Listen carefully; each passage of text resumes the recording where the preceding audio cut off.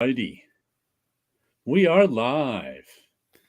Yes, we are. Paulo and I tonight. Scott is doing something. I Mhm. watched Tim had a long video yesterday he made. Did you check that one out yet? Not yet. I'm still halfway through Sleepy Reader's latest late night live haul. Oh, okay. I saw that one the other day. Yeah, Yeah. Tim had he took it was a 15-hour round trip kind of across Virginia for work. So he stopped at a bunch of alleys and places and got lots of things. So he was showing those off. But I was like, whoa, that's a I have one Ollie's that's up on my sister Jody's. It's about 40 minutes from here, but I still never gone into it. We looked at those pictures of it once, I think last year sometime. She took some pictures of the comics there for me. I remember going over them but I never have made it there myself. Probably because I don't need more collected editions that I'll never read. Now you always it's always something great to have on the bathroom.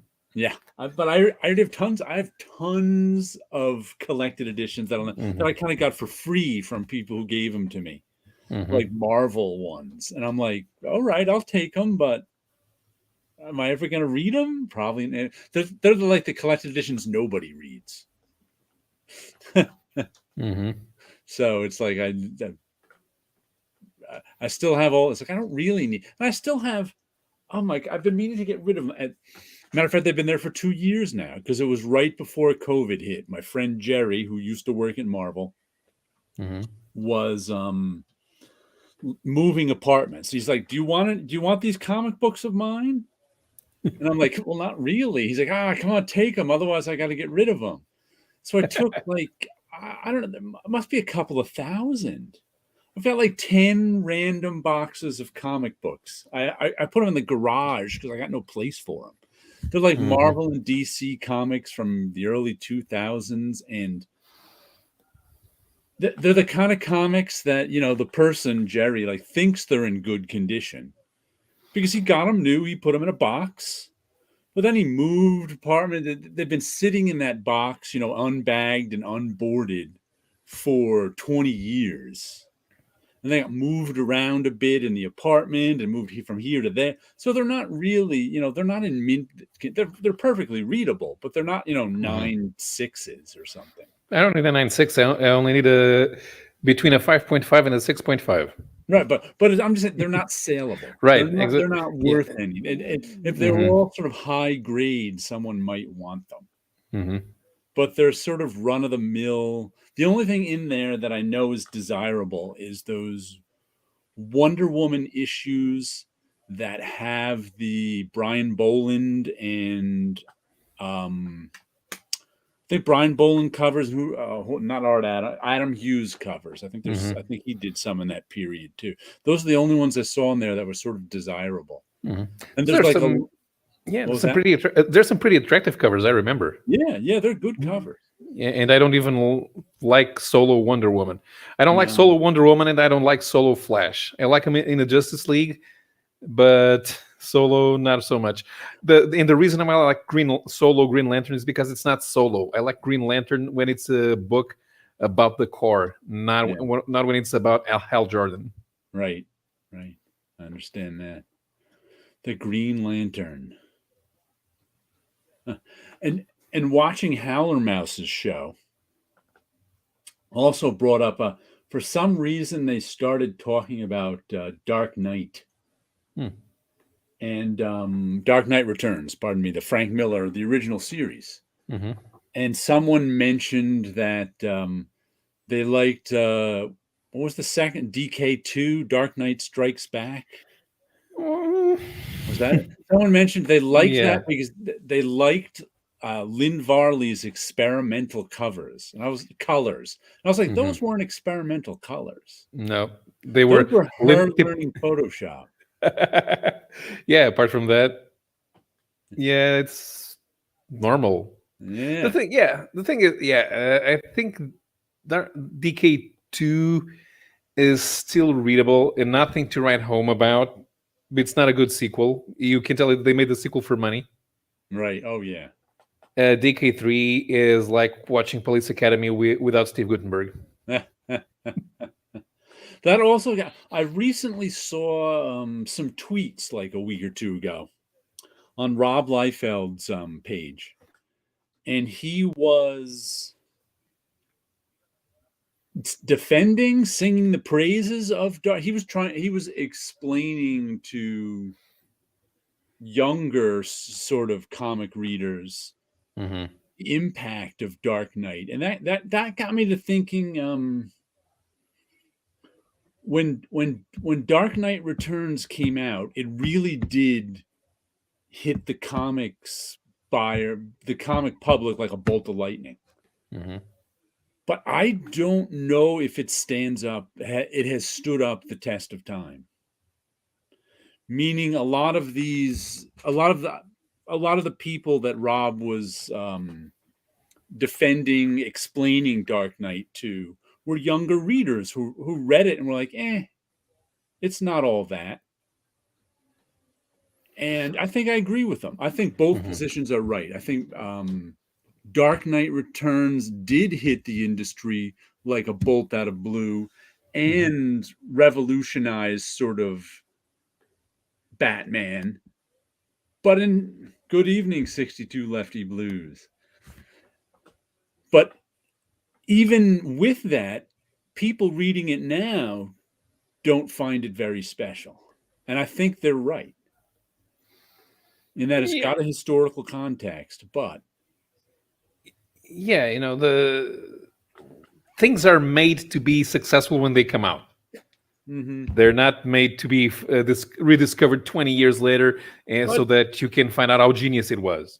But I think there is stuff that stand the test of time that people who, when they read it 20 years later, go, wow, this really is a good Batman story. But that's extremely rare.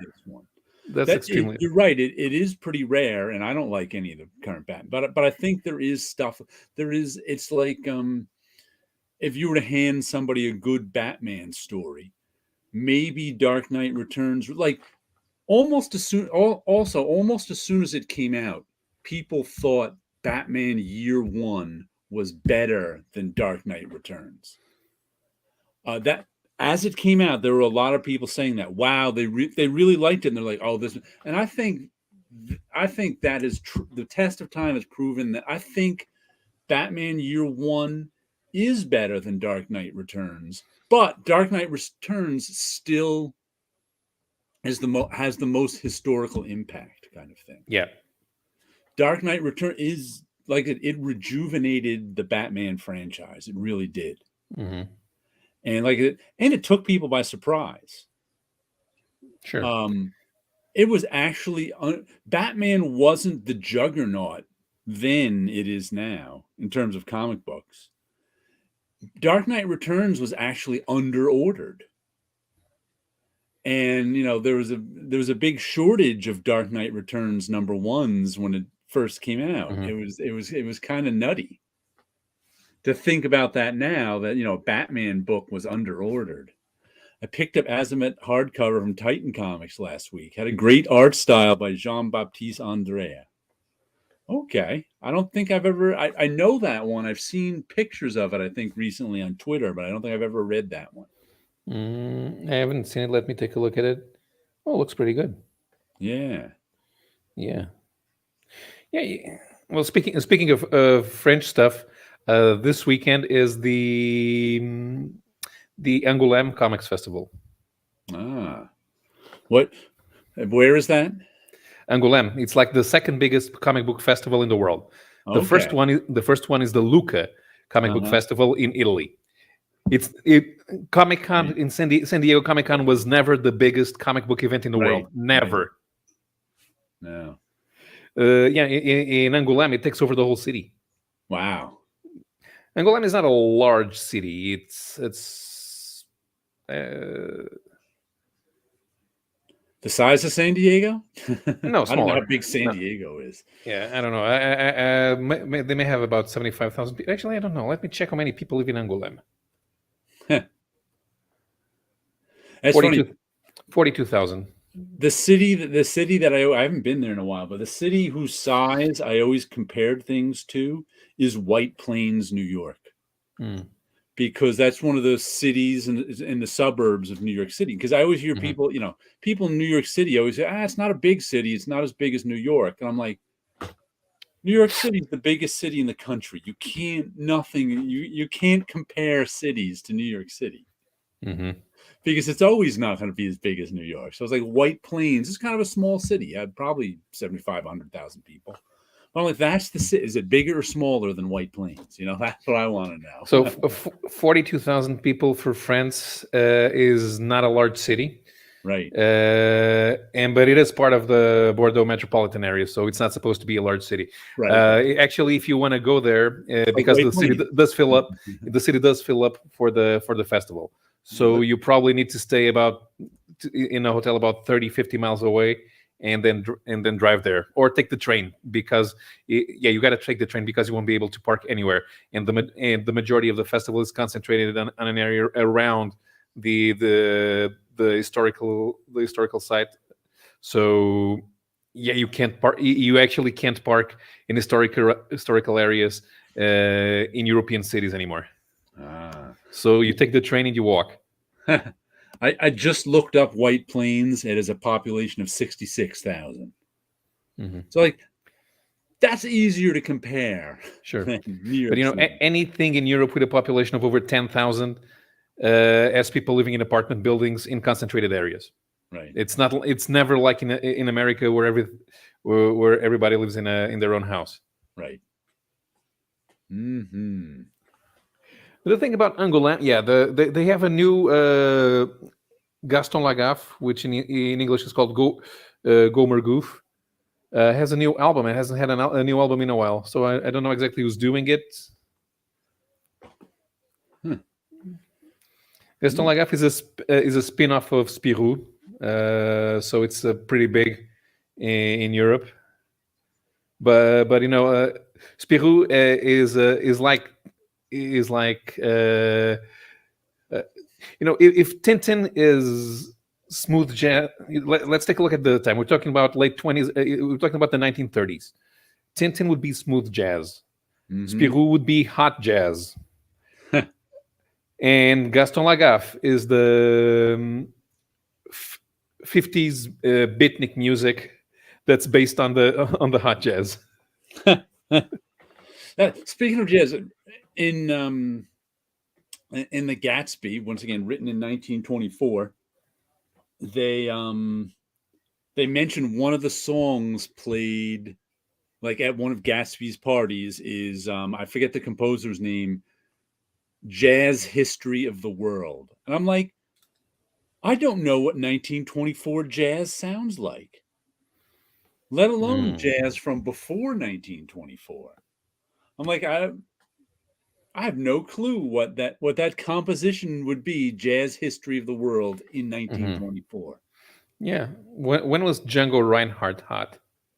He was the 30s, right? He was World War II also. And Benny Goodman. Benny Goodman was the 30s. Now he's big band era. So it's like I have no idea what 1924. Because it's probably not recorded. No, it would have been recorded, but they would make money. Yeah, but not much. Yeah, I suppose not. There was a radio. Yeah, you probably heard a lot of it on the radio. I would get, but it was like it just struck me, and he's like jazz history, because I've heard compositions like that where they take a whole bunch of jazz or whatever tunes and make them into one composition. But I'm like, what would that sound like? Like, what would because I know jazz started out in New Orleans as funeral music, but I don't know when. I don't know that much about the history of jazz, so it's kind of like, But speaking of Tintin, because it was one of my favorite graphic novels I read again today. It's A Good Life If You Don't Weaken by Seth. You ever read this one? No. One of my absolute favorites. I think it was originally serialized in Palookaville. the earlier issues, like issues 6 through 12 or something. I think it was 6 issues. And I don't think I've read this in a couple of years. It's one I can read over and over. I just love this one. But I think this is the first time I'm talking about it the day I've read it too. But it's like, have you ever read any of Seth's stuff, like Clyde fans? No, I've heard of Seth, but I wouldn't be able to even tell you what he did because it's not a name that I pay attention to, but that does look good. Yeah. He's been one of my favorites since this. And matter of fact, I wish this was bigger. This is a like 6x9 manga size. It was originally printed, regular comic book size, but there's never been a regular comic book size collection edition. Matter of fact, this is even a library edition, a hardcover, because it's like you can't get the hardcover was like low printed, and I didn't get one right away, and I ended up getting a trade paper. This is like the hardcover came out like 20 years ago or something. When is it? September 2001 is the second printing that this is from. So it ended in 2001. Gregory Gallant is his real name. But he goes by his, I started going by my middle name and now I'm stuck with it. Works for Madonna. Daylight savings time here. Yep. Portuguese versions, even a bit small. Yeah, very small lettering. Right. Fats Waller, Ain't Misbehaving, Ella Fitzgerald, Louis Armstrong had songs out in the early 20s or the late 20s. I don't know. Like I said, I don't even know that. But like I said, I wish this was bigger. But it's just so one of my favorites. It's just so good, and he actually mentions Tintin in it because at one point he takes a train ride. He's a Canadian. I don't know how much of it is actually biographical and how much is completely made up. Because it's about Seth is his own main character in this book. So it's one of those late 80s, early 90s autobiographical comics.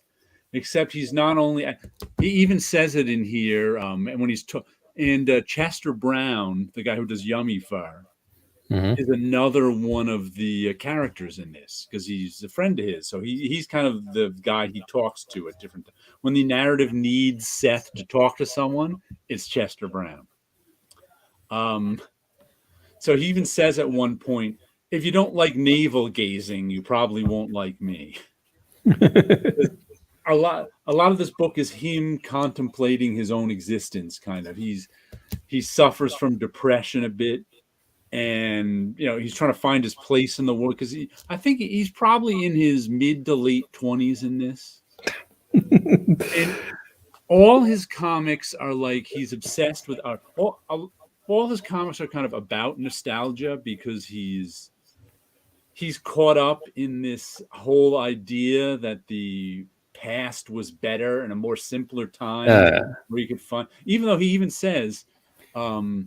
I think I'd be better off if I was in the 1920s or 1930s. And he's like, I know that's intellectually not right because who wants to live during the Great Depression? But he can't escape that feeling that the world is getting worse and worse. Yeah. So he's kind of obsessed with the past.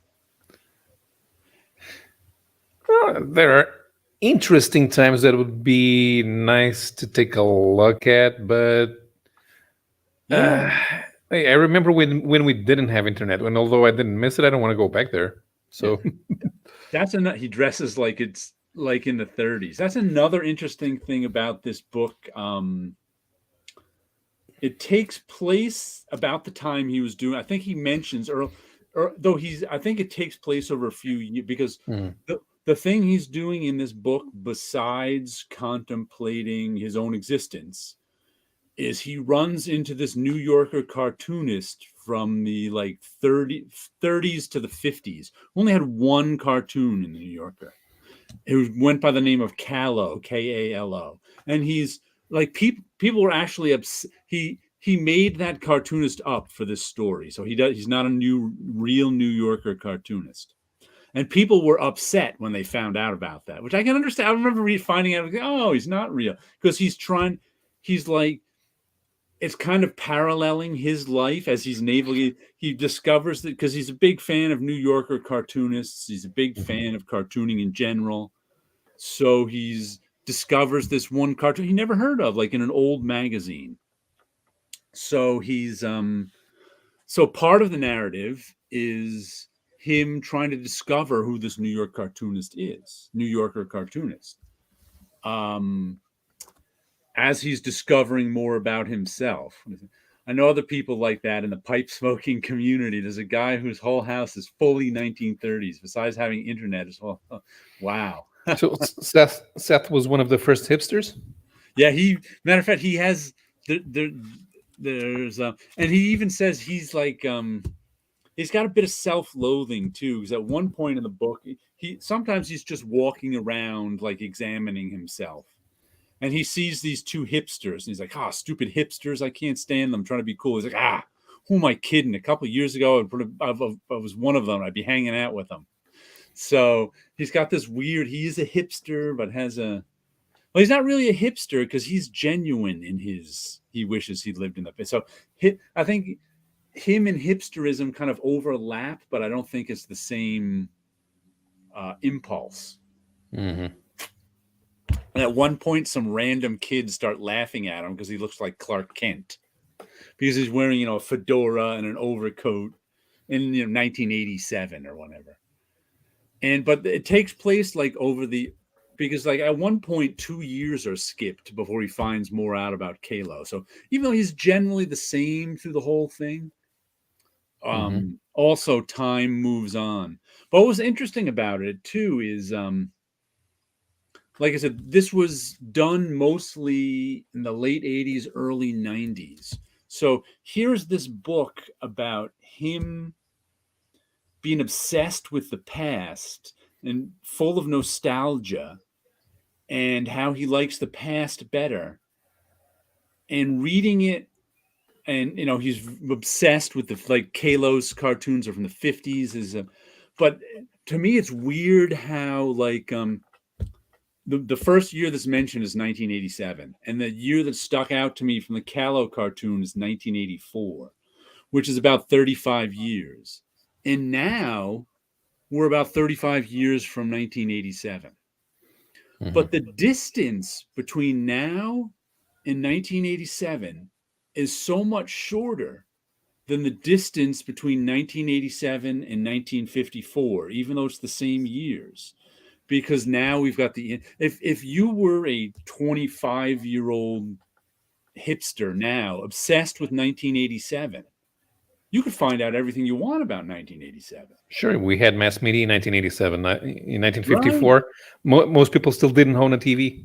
Right, and it's like if there's even one part like he wants to find out with Kalo. He like in 1987, he's like writing letters to people.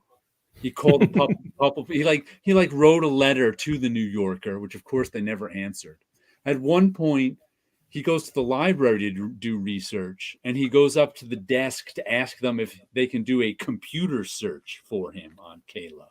And it's like, what, in 1987, if you wanted to find something out about 1984, you went to the library. What we can do on a phone now with Google is, they had to go to a library and have them do a computer search for you. Mm-hmm. Everything was radio. Yeah, lots of radio was still big in 54, still really big. So it was interesting just seeing, because part of it is I was an adult in 1987. So of course that's going to make the distance shorter for me personally. But even if I was 25, it was and if you were 25 and wanted to find out about a cartoonist from 1987, how hard would that be? Yeah. Not hard at all. So it was like the nostalgia. There's a type of nostalgia in the book that didn't even exist when the book was made, because it was such a different era, looking at such a different era, and it's just wild to read now. because things were just so different, and just tons of. His drawing is great, and he can't and like I said, a lot of it is self-examination, but a lot of it is examination of Kalo too. And he manages to find like a few other, and some of it is like he's contemplating like Kalo's New Yorker cartoon, and then he found like a cartoon from like 1937 and like what is it, like a science magazine, and then like later on, like he found a couple in the late 50s that were in lesser so it was like, you know, was that one New Yorker cartoon the height of his career?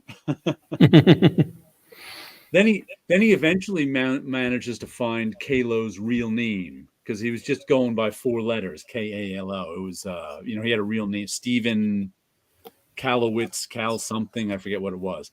And and he finds out that he like died in 1979, but manages to track down a daughter who knew nothing about his cartoonist. Then found out like his mother was alive, so he got to talk to his mother. So, and in finding out more about Kalo, he's finding out more about himself too, because he's wondering the same thing: what'll be the height of my career, kind of thing.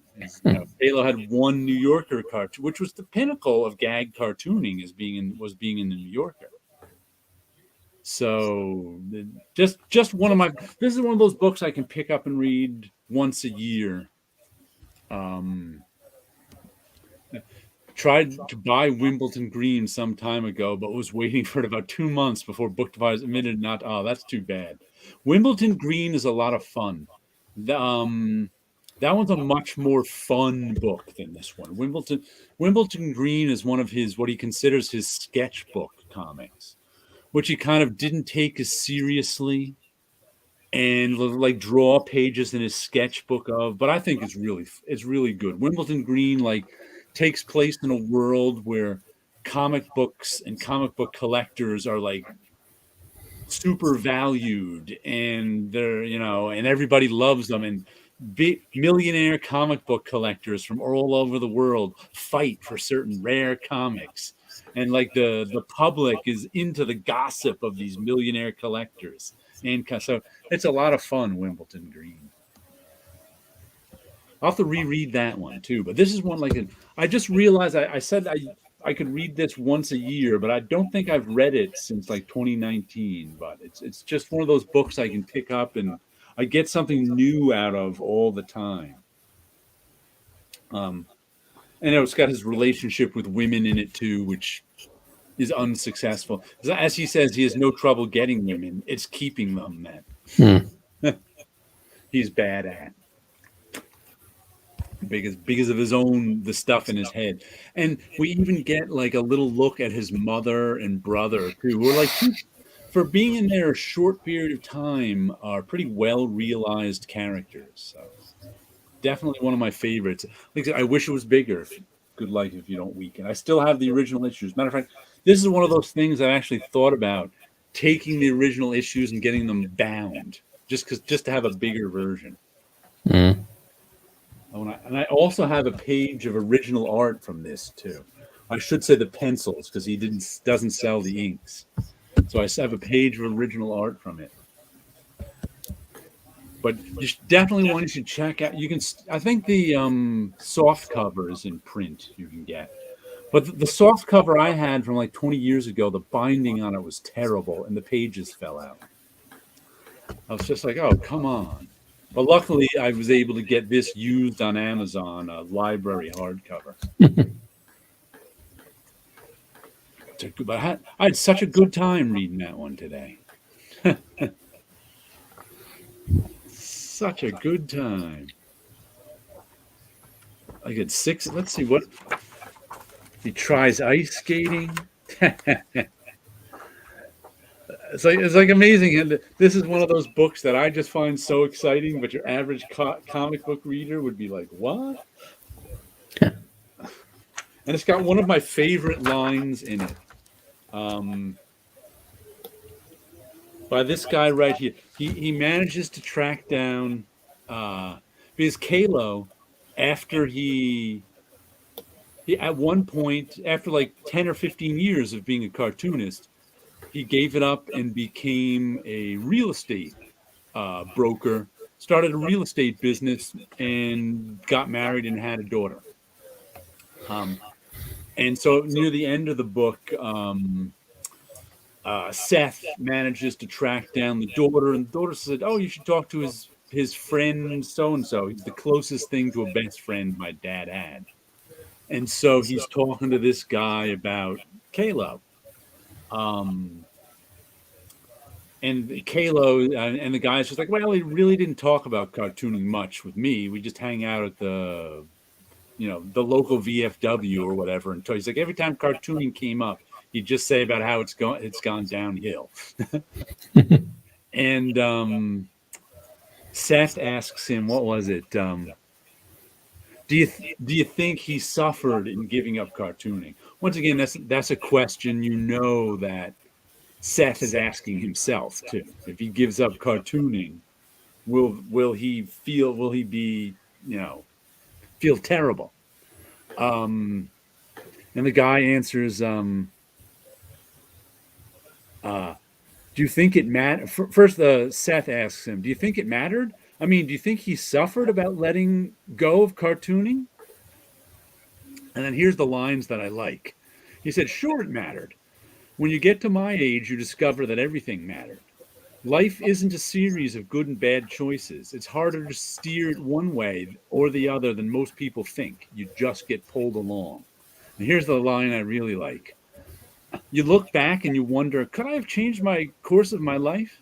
Maybe you could have, but it would probably have taken a tremendous force of will. And that's an idea I like, where the idea that in order to change your life, it takes a tremendous force of will. Most people can't change their life because it's really, really hard. And you have to sort of it would take not only luck and planning, but it would take conscious force of will to change your life in some way. I mean, radically. So I always found that idea interesting in here, coming from this friend of Caleb's. Because when I look back on my life, I'm always like, what could I have done to change it? And I'm like, I don't know. I would have to be a different person. Sure. In order, and that would take just to be a different person would take a tremendous force of will.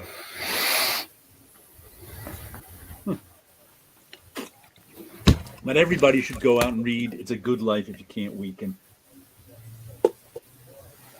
Even if I'm the only one who thinks it's a great, great work. Still one of my favorites. I've thoroughly enjoyed rereading it today. When I think about autobiographical comics, I really need to make sure that the person writing it has led an interesting life. Yeah.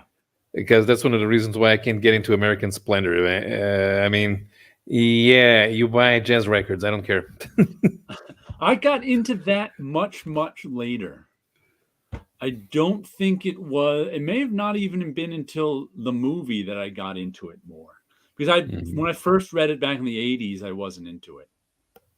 Same thing. I found it a little too tedious.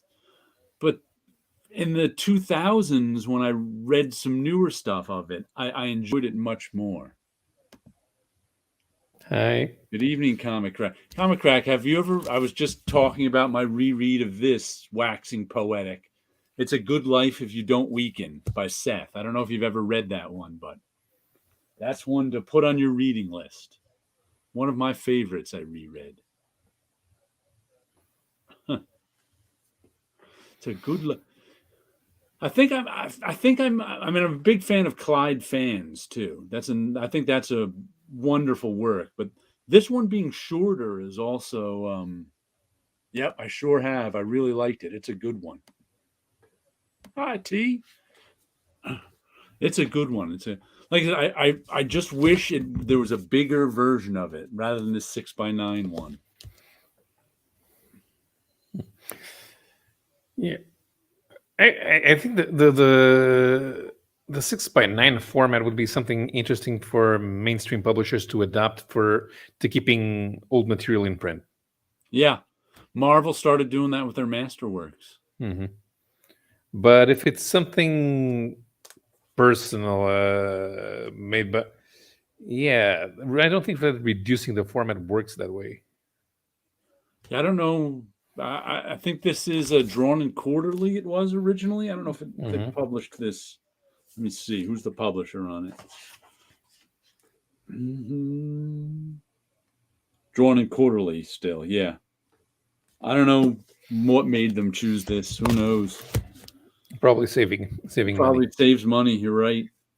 Because it's not a specialized trade size. Right. And it's a small publisher. Yeah. What paper do you have? Oh, this week we need to cut by 6 by. This month we need to cut 6x9 for our books. Mm-hmm. Got it. Yeah, it appeared in Palookaville. So somewhere around issues 6 to 12. I can't remember exactly which ones. I'd have to look. That's what I've always been thinking about, getting those issues of Palookaville and getting them bound, because they'll be bigger. But they're not cheap now. It's not like Palookaville is one of those comic. I'm sure if you find it in a random comic shop, it'll be cheap. But if you go to online to eBay, they want $10-$12 an issue. Probably because no one buys them. It's one of those things. It's like there's very little demand for them, and when they do sell the one at $10, they're like, woohoo!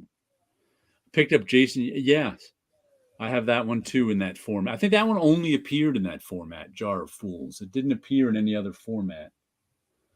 But Berlin, actually, what's interesting about Jason Lutz Berlin, they published the trade paperback in an actual bigger format than the comics. The comics were around, I don't think they were 6x9 because they were a different proportion. But the collected editions were a little bigger than that. So I was like, oh, cool. I'm not certain. When it finally finished a couple of years ago, they put it out in one collected edition. Oh, let's see if this is Carl with some. Oh, hold on a second. I got to talk. Hello. What do you got for me? Updated lettering for page 8. Getting some work done. Okay. There's page 8. Where are the colors?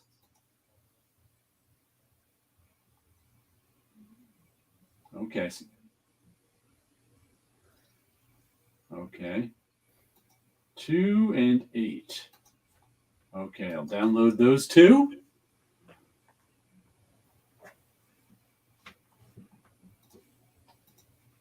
Okay, 7.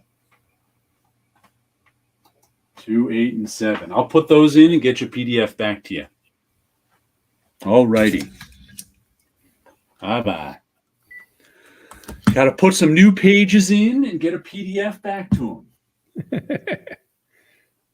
Fresh news from the world of comics. Yeah. Next Bad Idea comic nearly done. It's for a Comic-Con. Okay, let's make sure we got page 8 in there. Where's page 8? Luckily, I don't have to do anything but update these pages.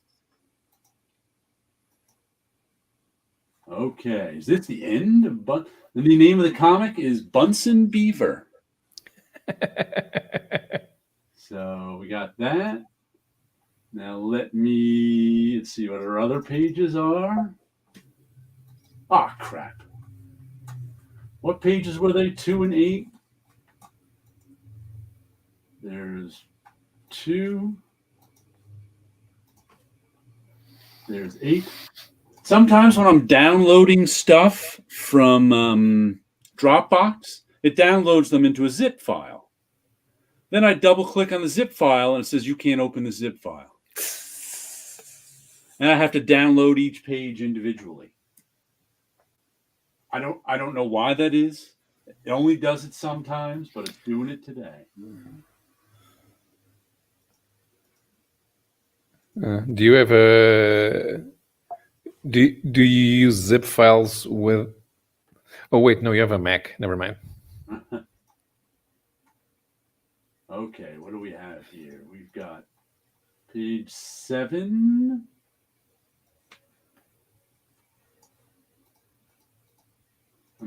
I'm going to save this old one just in case. And page 2. We'll name that one old. What happened to page 8? It didn't come down?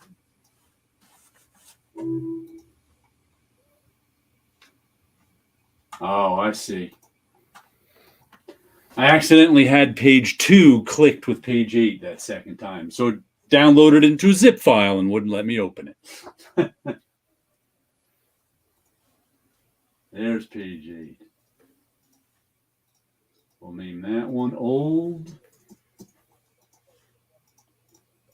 New page 8. So we got to update 2, 7, and 8. Let's see. Relink.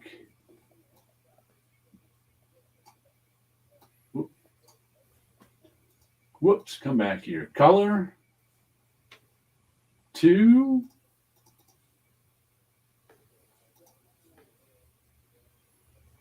We need the colors.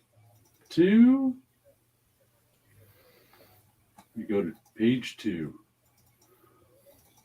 I have to go to the page and make sure nothing got messed up too. Mm-hmm. Sometimes you update something and it all goes to hell. Mm-hmm. This is a good time to explain to people that writing and drawing may seem all you need to do if you want to make a comic, but there's a lot of drudgery work that you need to do on the editorial side. Yeah, and nobody cares because it's there's nothing glamorous about it. Yeah, absolutely not. Nobody ever said, I want to work on the editorial department in comics working with Photoshop. Yeah. And yet, without that work, comics would not be made. Yep. Got to do the boring stuff, too, in order to get these comics out. 2, 7, and 8. All right. Now we can... I tell you, PDFs made everything easier in this job, though. We used to have to send all the individual files to the printer. Now you send one PDF. That was 20 years ago. Now you send one PDF, and it's like, ooh. No, I remember 20 years ago, we had a machine that spit out the plates for the printing for a car magazine. Right. By spit out, I mean it spent all night doing it. And I had to go to a place to do a color proof for the cover. I would go there. I would the production guy would have to record a CD-ROM, and I would drive it to the place where they did the color proof, leave it there. Then I would go back in the afternoon and pick up another CD-ROM plus the printed color proof, so that my boss could take a look at it. In the 90s, we used to use SideQuest drives. I don't know if you probably never had anything to do with those. Yeah. It was one of the first like removable discs things. Yeah, you put a lot of information on. It's like you could put a whole comic book on one of those drives. Yeah, I remember they had the first thing that they said was going to replace floppy disks. Oh yeah, but then CD-ROMs became recordable CD-ROMs became cheap, and those never went anywhere. I bought one. I think I bought one of those drives, and I never used it because zip drives were after SideQuest. Yeah, zip drives. Yeah, but SideQuest drives were first, and the disc was about that big. And if you dropped it on your desk from like 4 inches, it would get rid of all the data on your. It was just like, ooh, they were tough to work with. But that's what we had, and you have to send one of those discs to the printer physically, and it'd have to get through there. Huh. Ba-ba-ba. Hello, quick Paolo, pretend to be talking on your phone. My phone's on the other side of the room. I'm not getting up. No way. Oh, we got I pulled 2 through 10 out of $1 boxes. Wow. Like I said, those are, probably Palookaville would be the same way if you could if a comic store actually had, an LCS actually had them, they'd be in the dollar boxes and they'd be there for a decade. No number one, but yeah. No one that shops there besides the owner knew what they were exactly. But if you go to look for them on like, eBay, they'll be $10, $15 a book and no one buys them. Because anybody who's a big fan of the Black Hole and doesn't already have the comics will just get the collected edition. Because if you're a fan of the Black Hole, of Charles Burns' Black Hole, you're a comic book reader. And sure, you might like the original issues, but you're not a comic book collector who's going to pay a lot of money for them. Like a comic book collector doesn't mind paying $10 an issue for something that's worth $10 an issue. But a comic book reader isn't going to do that. So, one step closer to getting that comic book out.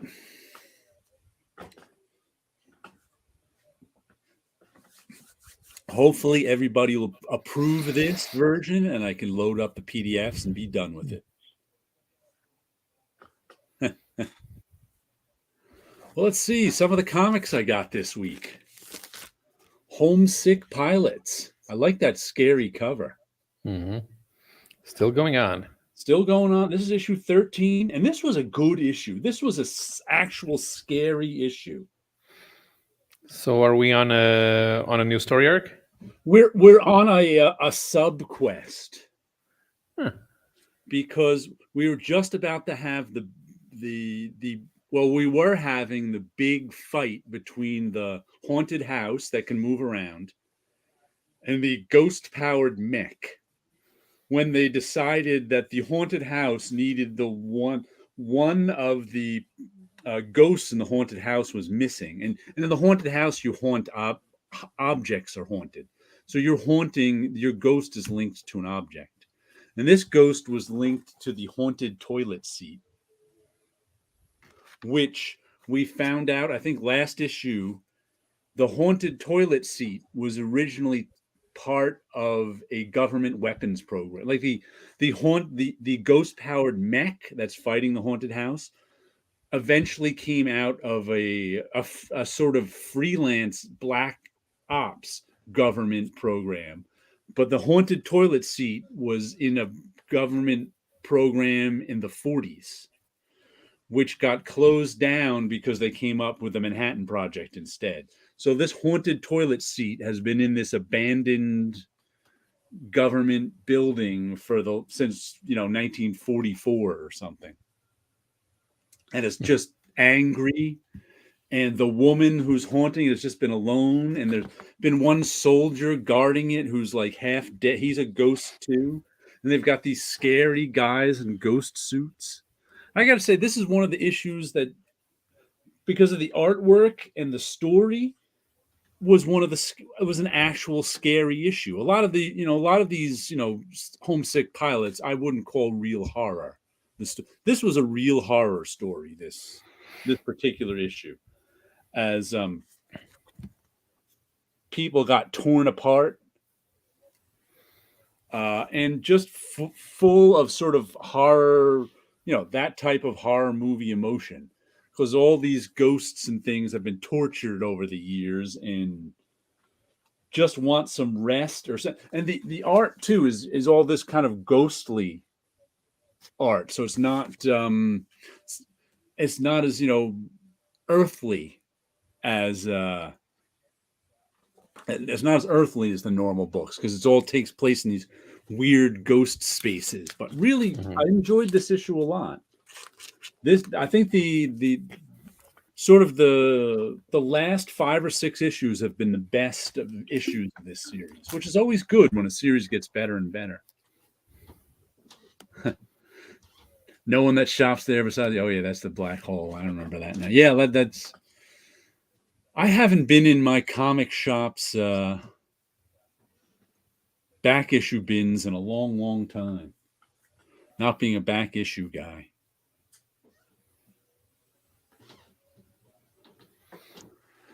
And here's something I wanted to see if Paulo knew anything about.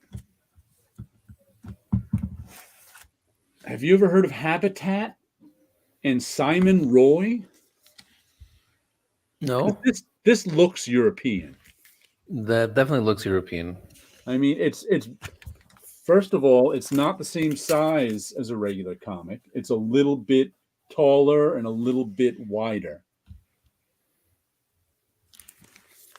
And the weird thing is, $10 too, feels like, I think it's about 60 pages, 48 to 60 pages. And it's even got, the art looks European, even with those round, panel borders. It's a one-shot graphic album. And I saw it it was in with this week's comics. I'd never seen it before. I was like, you know what? It's got a little, Simon Roy is one of the consummate science fiction graphic novelists of our time. He's been a well-kept secret too long. That's Warren Ellis. And John Arcudi says, Simon Roy's Habitat is one of the most deeply involving and more importantly, rewarding reads of the year. And it wasn't until I got it home, caught the indicia, and it says, second printing, March 2017. So I'm like, this has been out for 5 years? I've never heard of it. So never seen it mentioned. Yeah, it's not European. No, I've never heard of Simon Roy. It's just kind of weird. But it was good. It takes place in this. First of all, I thought this. Let me show you this. Yeah, definitely not European.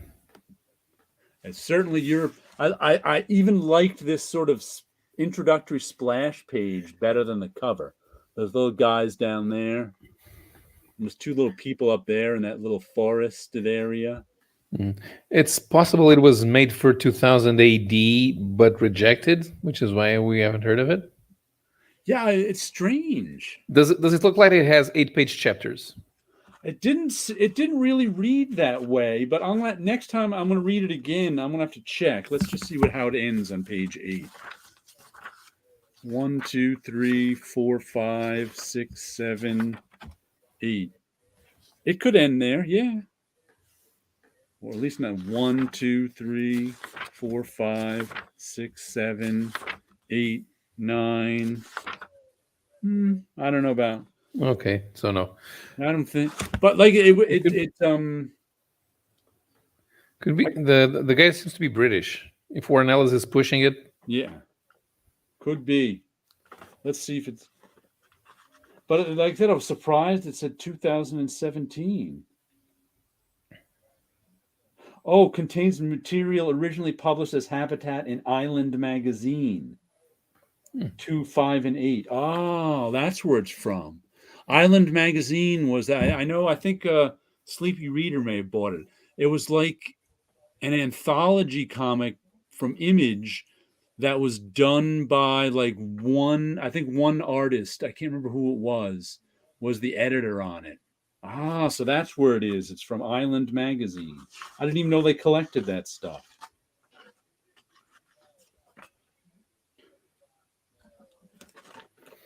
Here it is. Island, 15 issues. Oh, 15 issues. Wow, I didn't realize we went that long.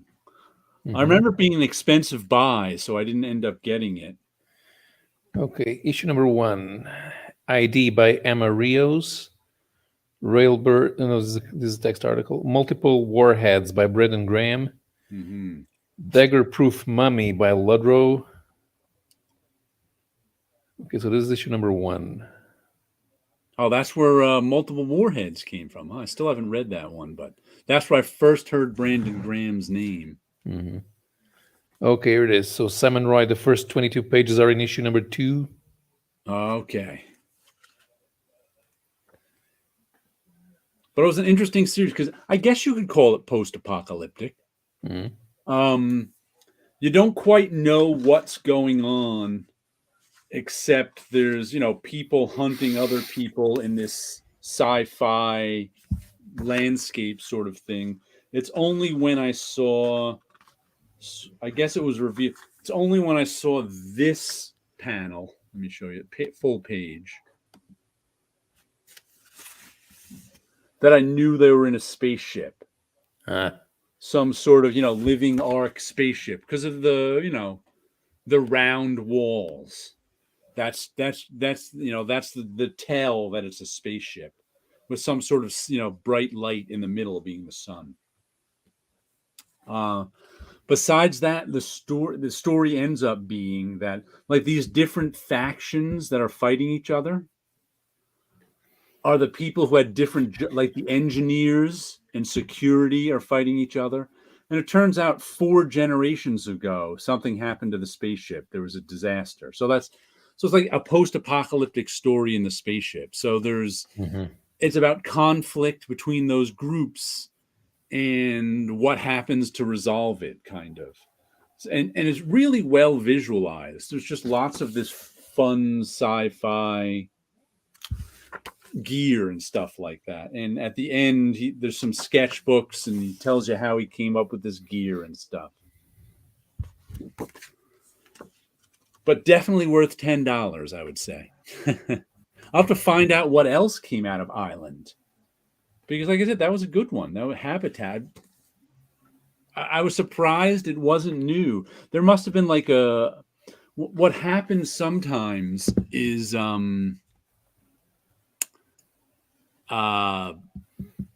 Diamond has like a clearance on some of this stuff. Mm-hmm. They're like, it's been in their warehouse for 5 years, so they'll sell it to the comic shops for a couple of bucks.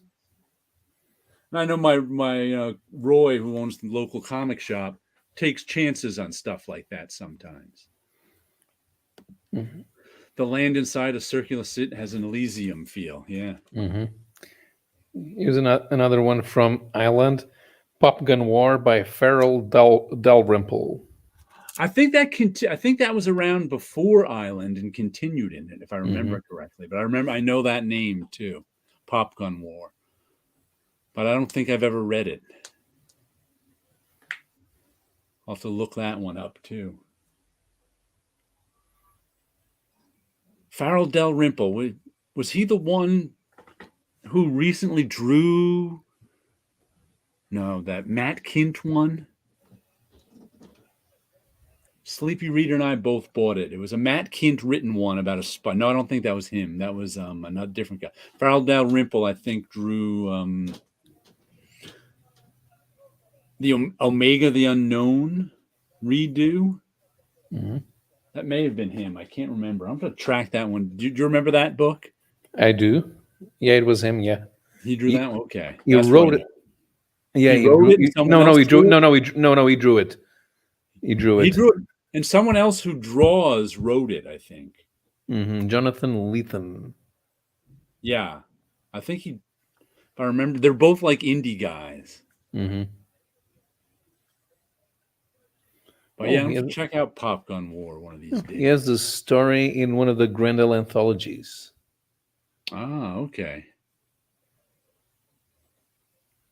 Oh, and he did that Prophet reboot. And he did it with Brendan Graham and Simon Roy. So it was the guys from Island. Oh, they did that one that happened a while ago, or is it? Remember when Prophet actually looked good? I remember that was like 10 years ago now. Right? Yeah, well, probably, yeah. But that's another one I've always meant to check out, but I've never seen it, so I never have. Mm-hmm. That happens sometimes. It's like, oh, I should check that out, but it's never makes it to the top of the list. And sometimes if I don't like if I see something at the comic shop, I might get it on impulse that I always wanted to check out. Or if I look on like Amazon and see something for cheap, I might check it out. But some things never quite make it. There's a few books that have been on my Amazon wish list for 20 years. It's like they could celebrate an anniversary of some kind.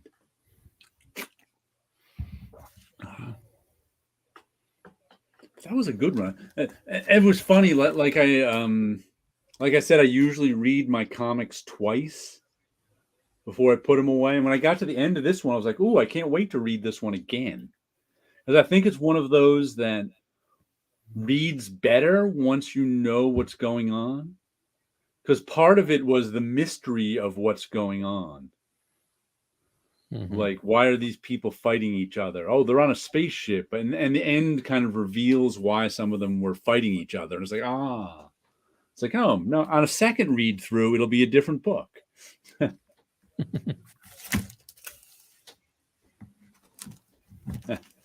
What's your comic that you can read once a year? Like, I don't do anything. Once every 2 years or so. No, but I do. I sometimes go into, okay, I haven't read this in a while, and I go. Right. And I like to reread Avengers Forever. Okay, that's a good one. Yeah, Avengers Forever was the last good epic superhero comic designed to fix continuity. Avengers Forever, I remember, got me into sampling Marvels again. Because I fall in and out of even because usually I would I don't have any. I haven't had any Marvel comics on my pull list since Captain America was the only Marvel comic on my pull list for a decade until Rob Liefeld took it over. But every now and then I'd check back in and see what's good and what's just read a comic here or there. Right, I wouldn't read a ton. Right. Yeah, Avengers Forever to me it was kind. I remember at the time I was on the Avengers mailing list. Okay. A bunch of guys who loved the Avengers, and some of them did those books about the Avengers. Like guys like Van Allen Plexico and Dave Medina's, they did those books about the Avengers. They called themselves collectively the Jarvis Heads, and they had the mailing list. And Kurt Busiek was on a mailing list. Was in the mailing list, so we talked. We all could ask him questions, and he would answer. And everybody was quite polite, although sometimes the moderators have to come because it was the Hey Kurt mailing list. But I remember it was the first. I had been buying comics in English for almost a year, and it was the first time that I decided I was going to trade weight. Because that thing was just looked too good for me to wait for it next month. I wanted to read it in one sitting and have it in a thick book so that I could feel how epic it was. The oversized hardcover of it is really nice too. Yeah, that one, like I said, I think that got me checking out more Marvels at the time. And I'm not sure, for some reason I'm associating it right now with the Paul Jenkins Inhumans, which was pretty good too. I remember enjoying that one. Yeah, I think that would have been the same time period. Around. Yeah, Marvel Knights started a few months after Avengers Forever started. So yeah, and I also trade weighted for the Inhumans. I picked those up at Marvel while I was there. So James Robinson, The Golden Age, every other year. Okay, still cracks me up. Of course, Kingdom Come and Marvels. Although I've never read Marvels all the way through. I was not a fan of Kingdom Come. And I tried reading it again last year. I was like, because sometimes it's me. Sometimes it's me. It's my age. It's how I fit. You might like something in one, not like something in one time period, and like it 5 years later. So when things have a good reputation, I'll try them again. I couldn't make it through Kingdom Come. I just didn't like it. It was too Sturm and Drang. Was that too caught up in the gossip of comics and this and that? I was just like, eh. Yeah, it was a reaction to a historical movement, Right? But came out at the time that the historical movement that it was reacting against was dying. Right. And I know a lot of people who love that, and I don't blame them. Sure, mostly for the art. I mean, the story is clearly exists in an idea space that was provided by better people than Mark Waid and Alex Ross. Because Alex Ross is not that good a storyteller. He's pretty good, though. He's not bad. I mean, there's plenty of painted guys who are much worse than. But once again, Marvels I couldn't get into either, which is weird because I generally like Kurt Busiek's writing, and I generally like Alex Ross, even if he's not one of my favorites. He's very skillful. But I don't know, just the whole concept of it, like the Marvel universe through the eyes of normal people, was like, let's see what we're doing with Bad Idea. Hello, what do we got?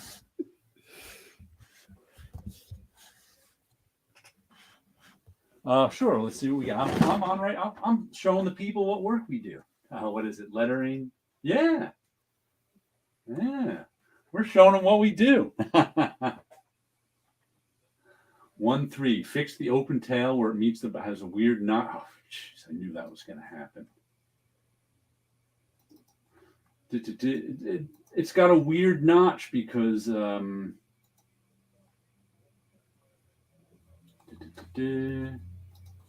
because we can't line it up. Because I have to line up a square because there's no weird notch in that. Let me see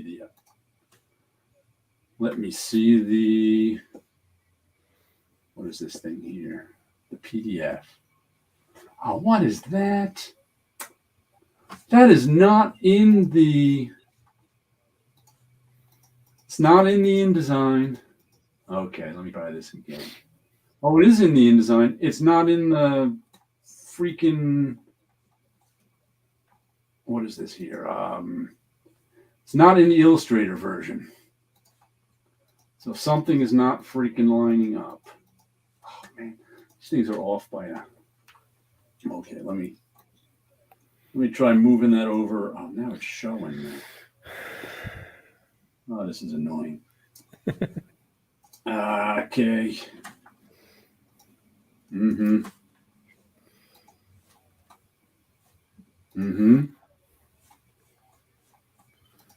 Hold on a second.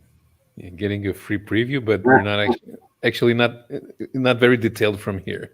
Lefty Blues is saying that we're getting a free preview, but we can hardly see anything.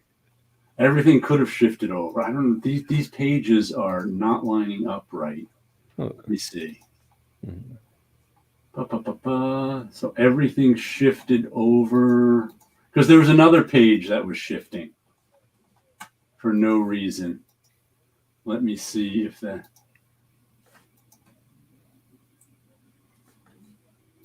Darn it. I mean, look.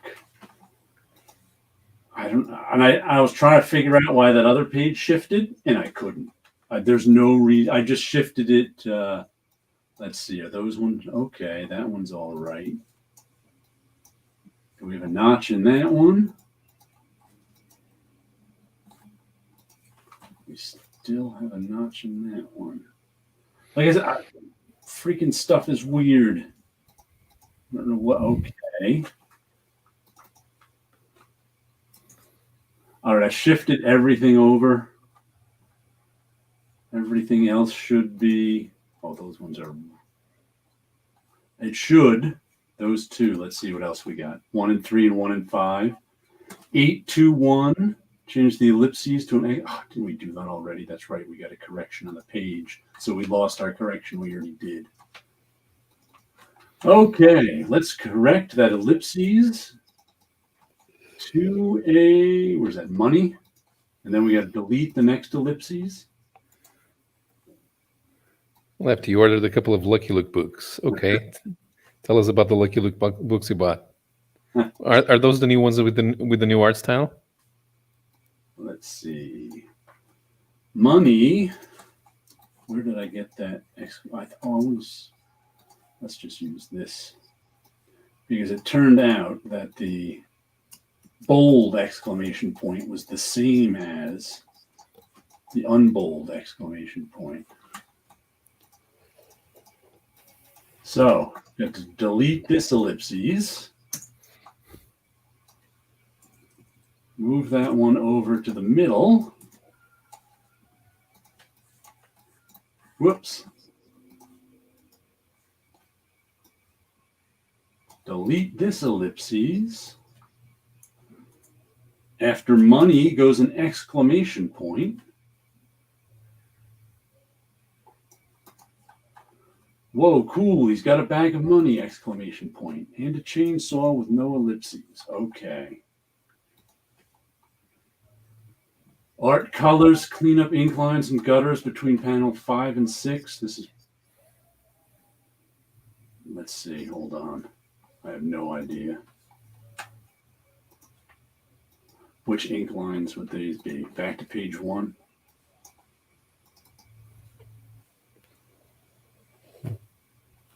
Oh, I shifted the lettering, not the... Oh, okay, that cloud right there, that's a completely different thing. That ink line in a cloud, completely different thing. So there's just one ink line there, right?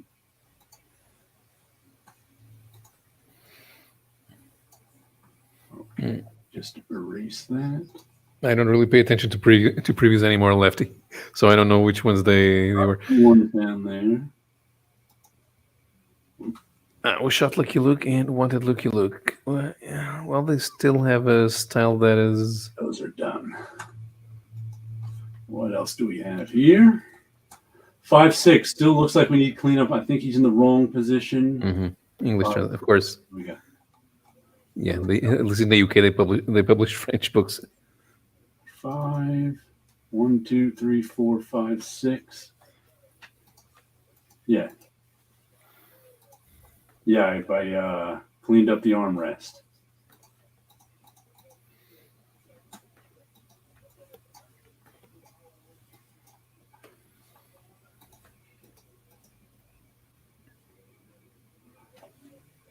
Hold on, I'm not seeing it.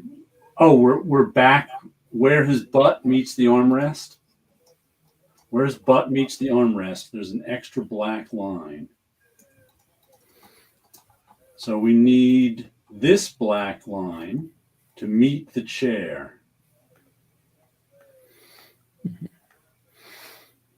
Right, it's in the books. Okay. Yeah, exactly. This black line. The guy who did those books, Mathieu Bonhomme, he had an exhibit at the Amadora Comics Festival in Portugal with the new Lucky Luke books that he wrote and drew. Line in there has got to disappear. Bonhomme was also a guest at the Comic Con Portugal, and nobody was there to ask for his autograph because Comic Con Portugal is marketed to people who don't read comics. And it's just that one area down there, right? There's those weird lines in it too. Okay, we got that done. Yes, it's got the color. I brought the color down.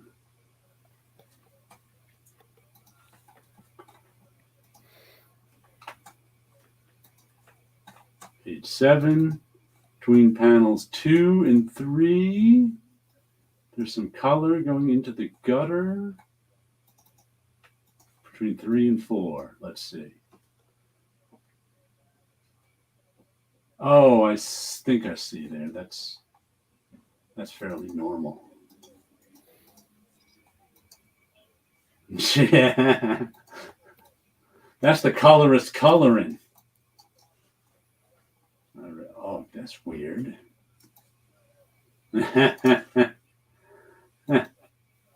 Let's see what we got here. That's old school coloring right there. So it's leaking out of the panel a little. Big deal. Yeah, Lefty. Yeah, some people find that charming. Lucky Luke has had some new albums with different artists who do not draw like Morris, but it actually looks good. So it's not a very jarring transition. Okay, just a little bit of cleanup. We got it. All right, what else do we have? We've got color teeth on mask white, 8.5. What the heck is that? 1, 2, 3, 4. Let's see. Where it's that flesh color right now should be white. Okay, let me see what we got here. Beaver teeth should be white. If I can just, because it's got a little texture in there, I'll have to desaturate. Image, adjust. Hue saturation. Let's turn that saturation down, turn that lightness up. Yep. Tezuka's best friend in comics outside Japan is a Brazilian artist called Mauricio de Souza, and his comics from Monica's gang, they have the same inspiration: characters with large eyes. I left a little bit of. Let me whiten that entirely. There we go. No texture. What's that?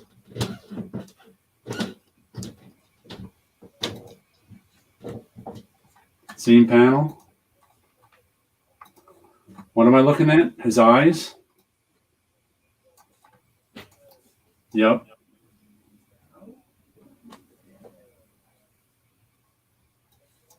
Yep.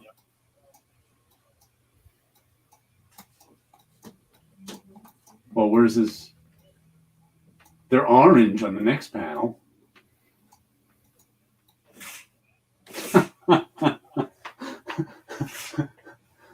What does the mask look like?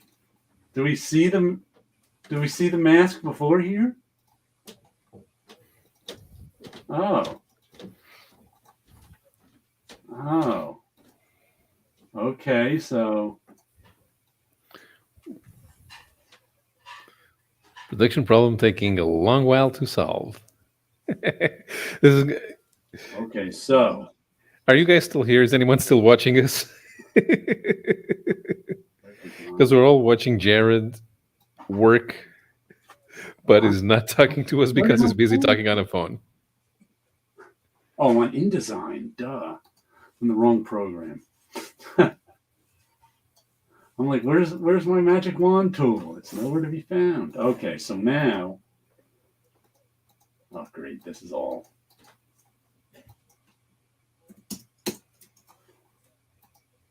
Okay. Now everything that's gray is going to be white, right? And blue is going to be white.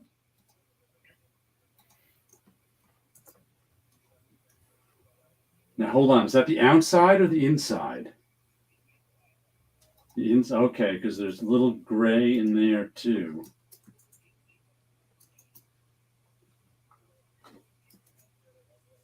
Oh, okay. Okay. Gotcha. I see now. So those are white. So white and the little thing is white. And then down here, that little piece above his glasses, oops, should be white. The other side. And this little piece above his glasses on the other side should be white.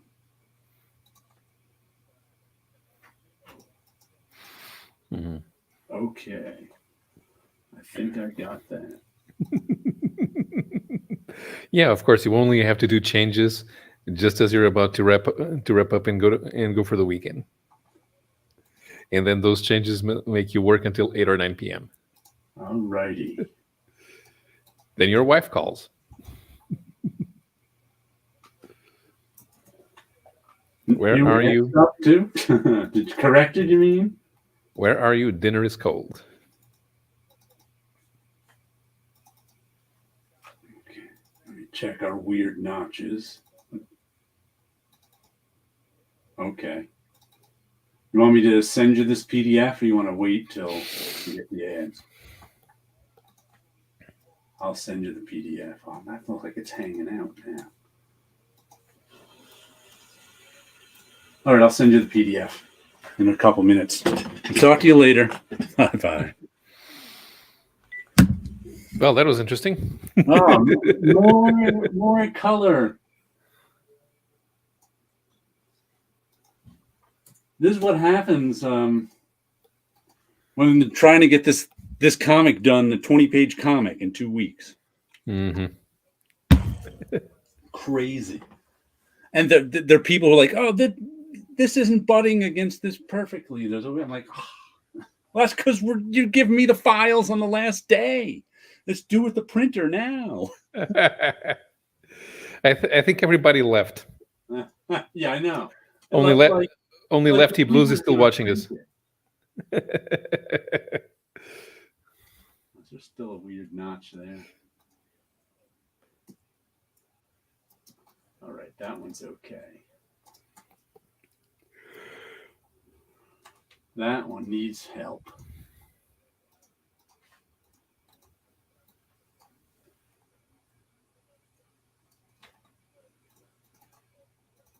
Let's go down to the bottom. And it's like I'm moving things 1/100th of an inch. Mm-hmm. Yep.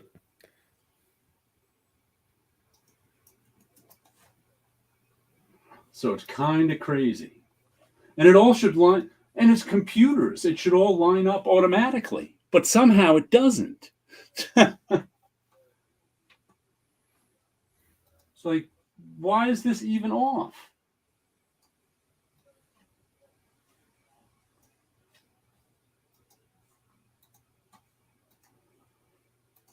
Whew, it's much more fun talking about comics.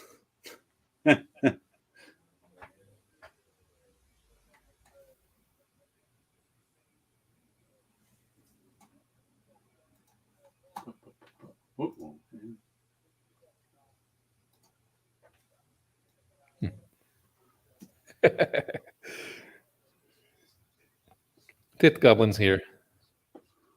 Woohoo! He seems to be enjoying watching you work. Watch me being driven crazy. Okay, let me get this out. BDV17. Here we go. Oh, by the way, they have more corrections coming. But at least they're... Well, actually, I do have to do something on them.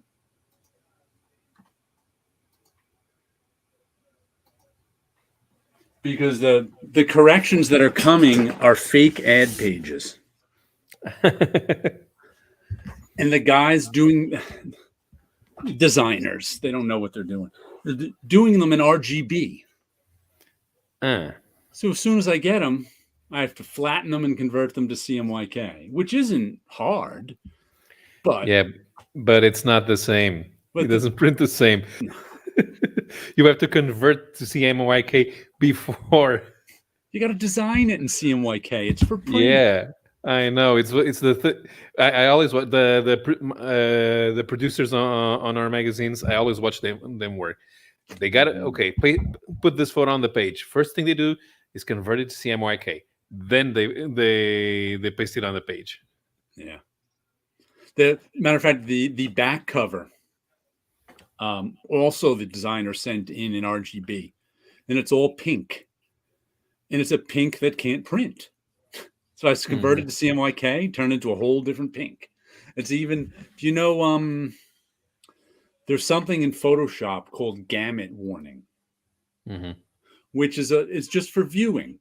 For our viewers out there, if you turn on the gamut warning in Photoshop, it shows you what colors are outside of the CMYK spectrum, because RGB can print more. Can't print. RGB has more colors than CMYK, because RGB is the monitor, millions of colors. CMYK is print. You got only the colors you can make out of those 4 inks. You know, there's plenty of colors, but not the same. So what I use, and usually Photoshop by default has the gamut warning at gray. I always turn it to a bright green so I can see it. That's what I was taught all those years ago. So it's like I turned on the gamut warning on that pink page, and the whole page went to bright green. I'm like, it can't print a single color on this page because it was all like 3 or 4 solid RGB pinks that will never print. I'm like, oh well, converted to CMYK, send it out. What can I do? What did I miss? Anything exciting? Yeah, well, 62 Lefty Blues bought Lucky Luke comic books. Oh, okay. That reminded me, what led me into this before was he was taking a train, and he said taking a train always reminds him of Tintin. Mm-hmm. And Tit Goblin wants to know what was the first comic I remember reading as a kid. I don't know. I think the oldest comic book reading memory I have is from a Disney story where Rocker Duck makes a bet with Uncle Scrooge about, and then Uncle Scrooge has Donald taking part in a sports competition, and Rocker Duck's athlete wins everything by cheating. Then in the end, Rocker Duck hits his hat, which was something that he usually did. It was the joke. Rocker Duck loses to Scrooge, and then he has to hit his hat. Eat your hat. Mm-hmm. I only started reading the first Marvel comic I read. I was already 6. I started reading Disney at 4. I don't remember all the comics I read as a kid. Because, like I said, when I was 9 is when I discovered they all went in a row and made one big. So I traded all the comics I had for Hulk 200. I had Hulk 200. Traded all the comics I had to my neighbor for Hulk 201, 202, and 203. And that's where I consider myself starting collecting from. But weirdly, as a consequence, I don't remember all those comics I traded. It's like, for some reason, it's like starting collecting. It's like that's where my memory of comics really starts. Now, sometimes I get memories of stuff I read before then, but not a whole lot. I was like I always say, I always remember liking hot stuff. Mm-hmm. But I don't remember. I think I just read comics because I read stuff. They weren't special to me until I discovered they all went in a row and made one big story. And at the same time, I also discovered when I was 9 that people did them. There was credits and people, and you could follow the people. You could follow the people and find the comics you like by the people who do them. So before then, I guess they were always there, but I don't remember them. They don't stand out any more than anything else does. Weird. Yeah, and I only started reading European comics when I was 9. Ah. There were a bunch of series by Hergé that are now kind of forgotten because people only remember Tintin. But I thought they were funny. There was one where there was a brother and sister in the chimp. It was called The Adventures of Joe, Zet, and Jocko. And then there was a couple of street urchins called Quick and Flupke. Quick and Flupke. Let's see, another comic I got this week is the 5th and final issue of Regarding the Matter of Oswald's Body, which I've enjoyed this series. The artwork has been really good. And it's about a group of people, I think there's 4 or 5 of them, who get caught up in the Kennedy conspiracy. Of the conspiracy to assassinate Kennedy. And the thing is, they kind of discover, they're the ones who have to procure a guy who looks like Oswald. And there's sort of these nobody, lowlifes, fringe of society. Not really, they're kind of fringe of society people. But they realize halfway through the story that they're expendable. They're in so it was really interesting. That was the part I liked about it most. is kind of what these people try to do when they realize they're the expendable ones. And there's not much they can do. But I wasn't overly fond of the very, very, very ending, which I won't give away. But there was like an ending and then a very, very ending. And the ending I kind of liked. And the very, very ending was a little more ambiguous and so I'll just ignore that very, very ending. But a fun series if you ever get it, from Boom Studios. Who did this one? The writer was Christopher Cantwell. I know that name from somewhere.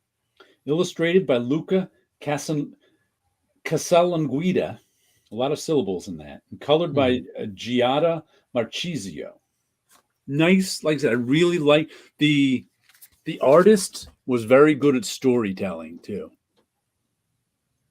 He just had a good storytelling style. He really helped me get into it and really made me feel for these expendable people. So I've been that's one I sort of, well, I guess when I saw it was coming out, I was interested in it, but the cover of the first issue is what sold it to me. But good. That reminds me, hold on one second. I want to get the comics news.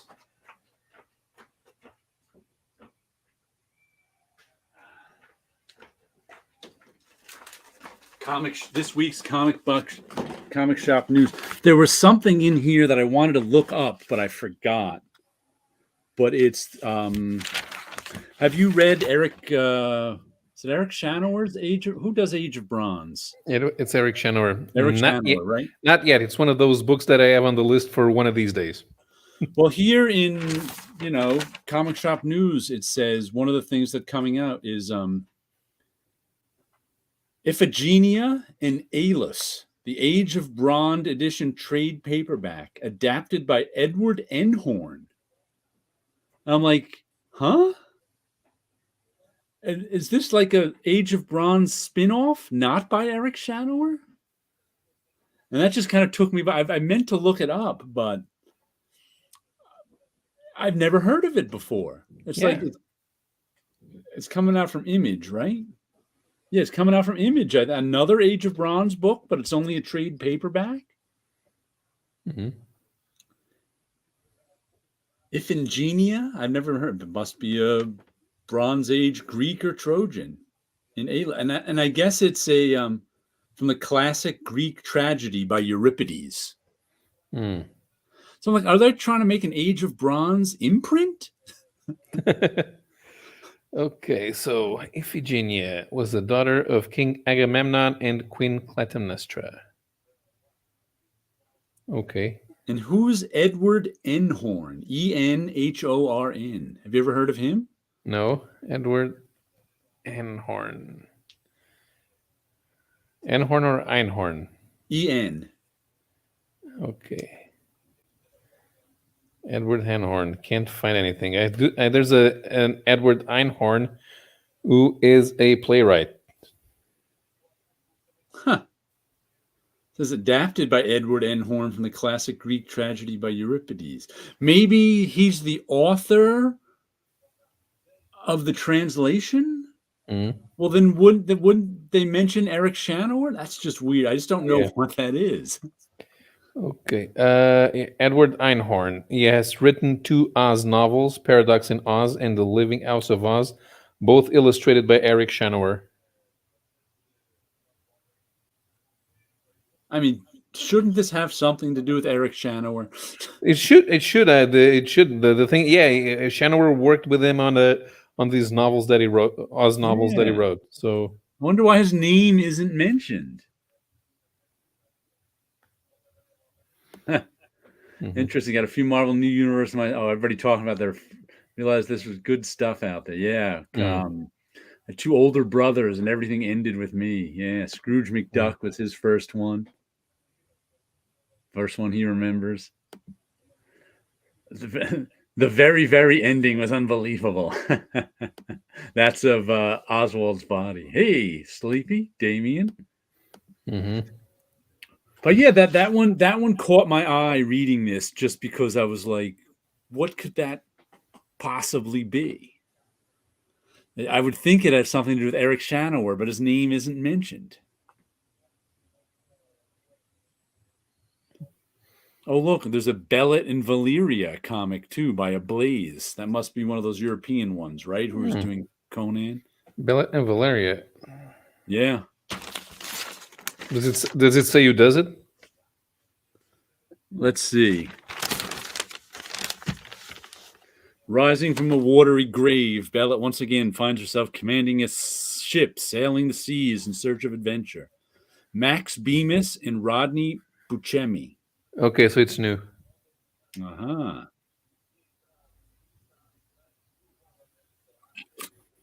Yeah, otherwise it would make sense because Bellet does not come back in the original stories, and besides Bellet and Valeria, no Conan in different times of his life.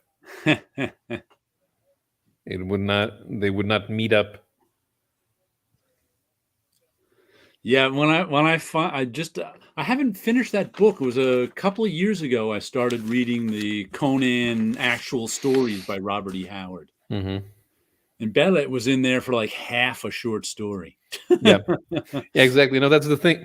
I love it that Roy Thomas managed to stretch that entire period over a dozen comics. Yeah. Because Bellet shows up in one story. Yeah, and then she dies.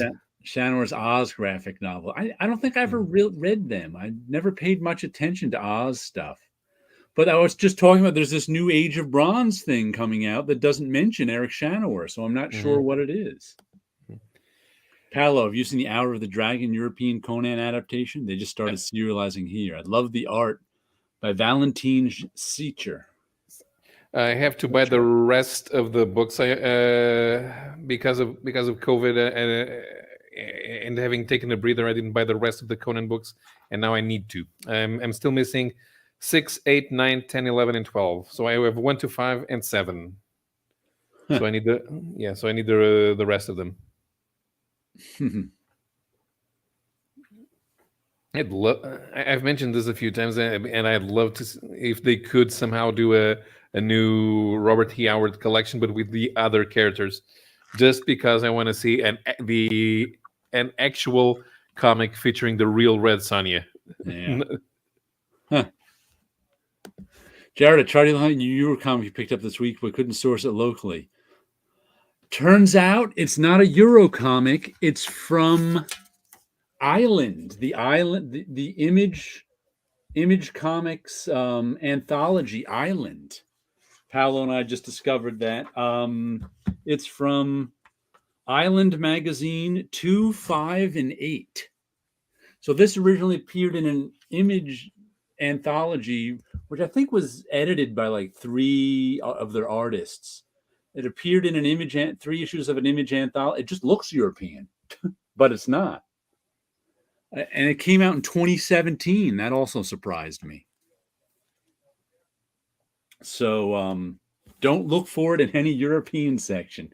I'll look for it in the Americans. It looks so European. Very heavy metal. But it's good stuff. Sleepy, did you read Habitat in Island magazine? By Simon Roy? But I have to teach Damien how to properly pronounce the name of his new favorite Argentinian artist. It's Alberto Breccia. The name is Italian. If CCI is pronounced Chi. And now that I have a captive audience for that, it's not Marco Cecchetto, it's Marco Cecchetto. CH is pronounced K in Italian. Marco Cecchetto? What does he do?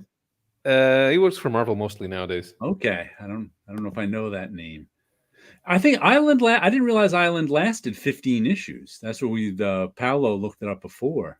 Mm-hmm. I think it did. It sounds familiar, right? They're a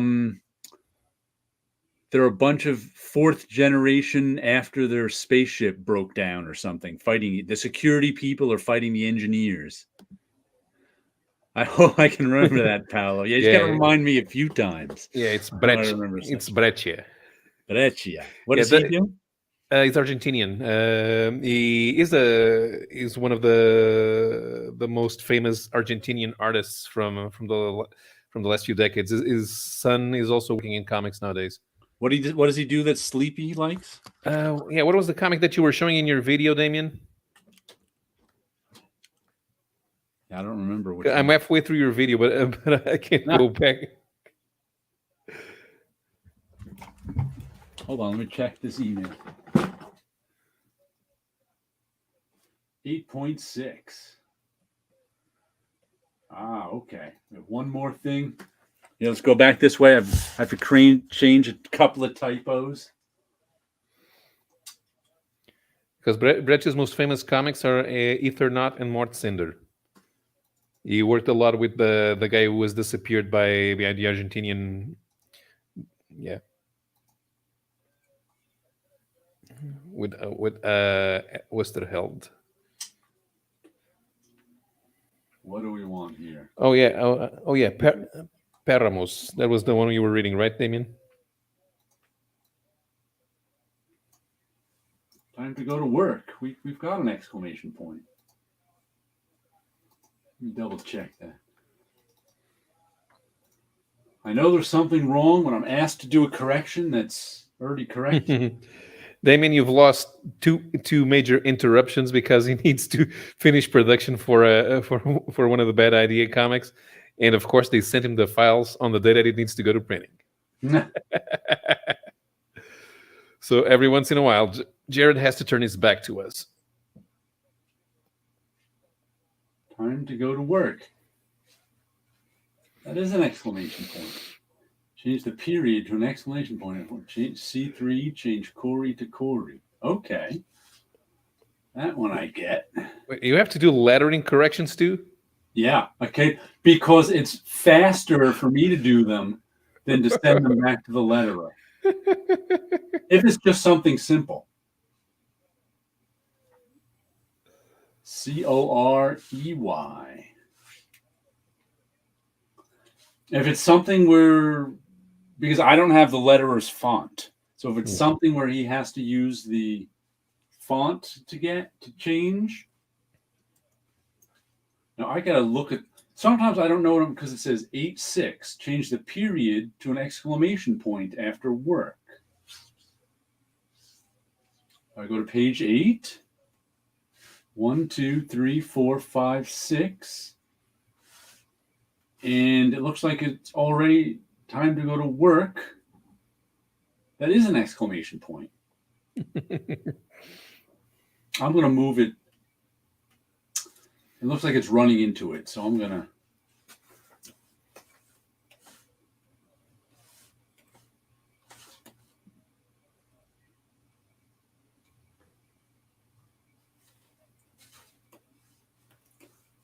It looks like it's too close to the K in work. Okay. Bunsen Beaver. Everything updated. We got that. What was the other thing I did? I've already forgotten what the other change I made was. Oh, I put an E in Corey.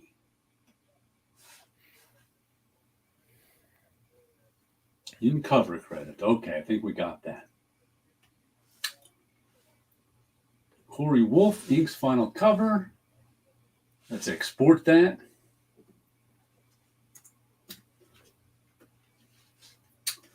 We're on version 18 of this document.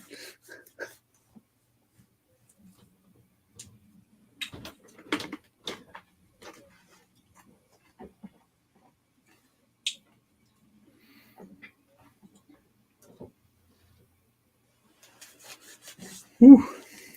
Wonder how wide an audience these Fantagraphics Breccia books can reach. Breccia. The funny thing about Argentina, it's a Spanish-speaking country, but the majority of people have Italian surnames. Well,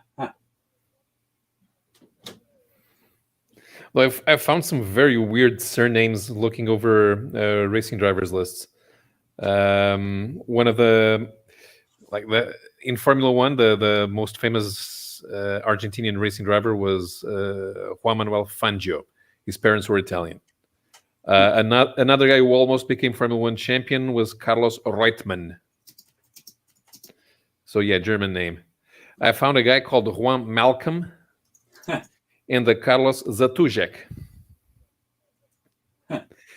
And back in the 90s, it was not very good, but I remember that there was a guy, an Argentinian driver in the British Formula 3 Championship. He was called Brian Smith. The joke was that he changed his name to Brian Smith because the British wouldn't be able to say his name, but it really was an Argentinian named Brian Smith.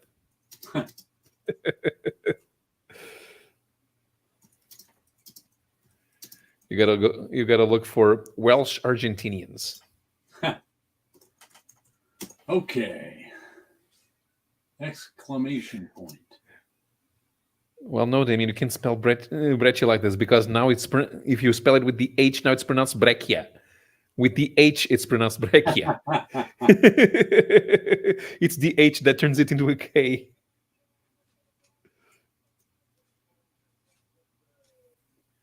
Volume 18.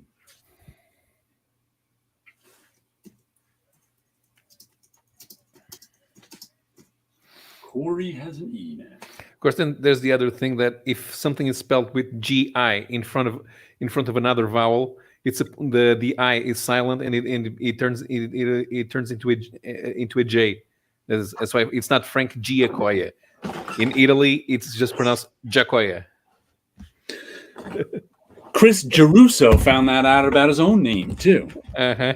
He used to go by Chris Giaruso. Now he goes by Chris Geruso. Mm-hmm. I was like, have I been pronouncing your name wrong all these years? He's like, no, I just went to the Italian pronunciation because I found out about it.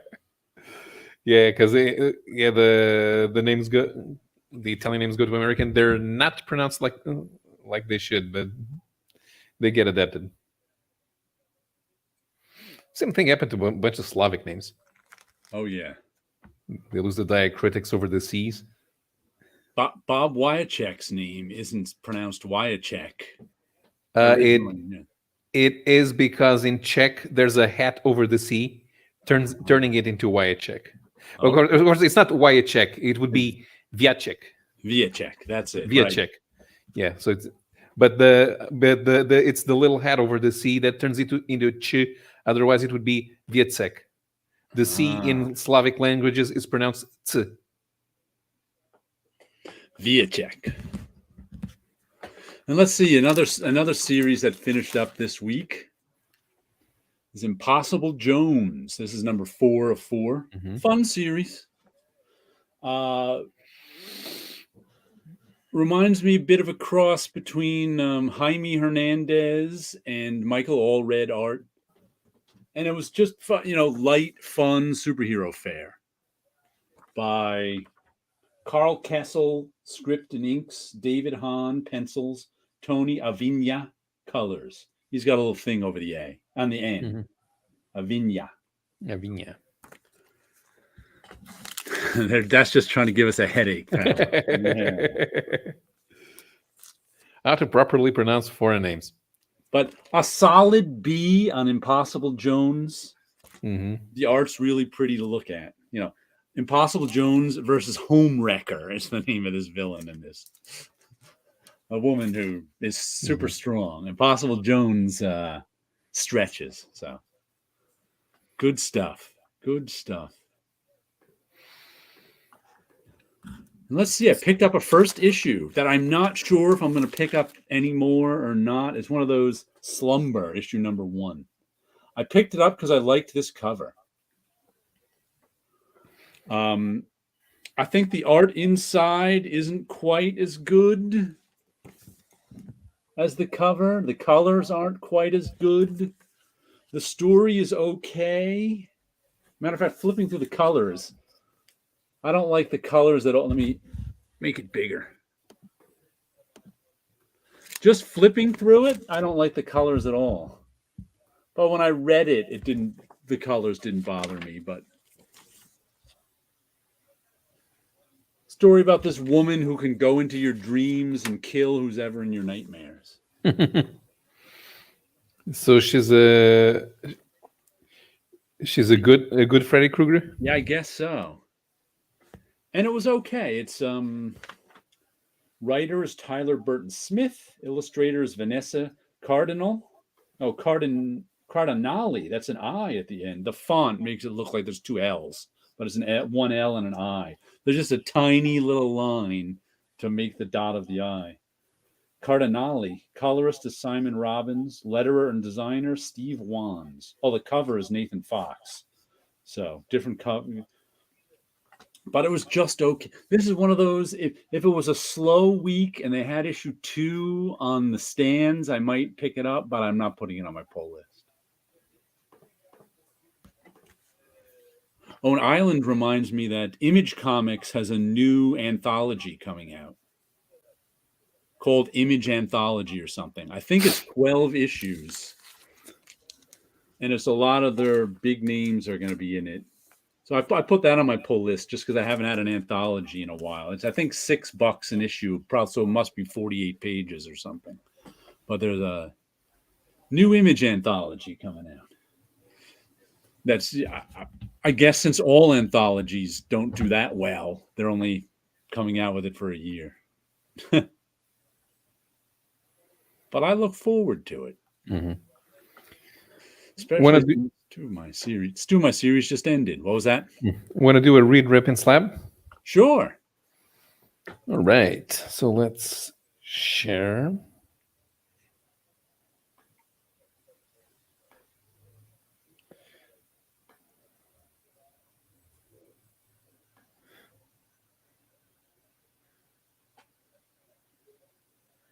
Okay, here we are. Warren magazines from the 1980s. Okay. Oh, let me add to stream. Mm-hmm. Ooh, Rook, Erie in 1994. Mm-hmm. Well, I'm ripping up 1994 because I read one issue of that and it was terrible. Terrible. The Rook, all new illustrated. Can't escape the oof. I think I'm going to slab Erie and read the Rook because all through like the early 80s, I'd see the Rook on the stands and I always meant to pick up an issue and I somehow never did. There was always something better to spend my money on. So I never got to read an issue of the Rook. Yeah, the Rook has got interesting, it's got adventure stories, but then they end up being a little formulaic if you read all of them at once. Mm-hmm. Yeah, like I always saw that and always went, I should pick one of those, but there was always some other comic or comic magazine to pick up. The Rook always didn't make the cut. Mm-hmm. Now, I know that 1994 has a bad reputation, but I picked this cover purposefully to see if anybody liked it. I like that cover. I do. The only reason I'm ripping it is because I read another issue of 1994 and it was terrible. Mm-hmm. But that is a pretty nice cover, I got to say. Just it is kind of cool. Going by just covers, I'd probably slab that one. I like that cover. Out of the Erie cover is pretty good too, but I think I like the composition of 1994 better. Mm-hmm. Says, enjoyed 1994. It was a good magazine. Tear up Rook, slab Erie, read 90. I only read one issue of 94 and it was terrible. Yeah, I think that was the time that Warren Magazines was going down the tubes, and the editor he liked to turn everything into sex comedies. Let's get everybody but me is reading 1994. Listen, Jared, I know you use Copic Ink and do color legends to see if there is any fading. I was gifted a 72 pack of comics, but don't feel confident making sellable art of 72 pack of is going to fit. Oh, he's afraid the markers are good. Most of them don't markers fade. if you keep them, like if they're not in direct sunlight, only it's like I always pull out my Copic sheets and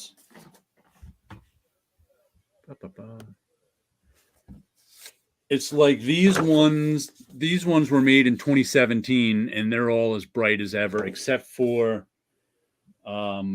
two colors faded. And there's another one I've got from a few years before that, and nothing is faded on that too. But like I said, always, like I said, I make myself these color swatches of it, and I always date them down the corner too. So these are 5 years old now, and there's been no fading on the 5-year-old.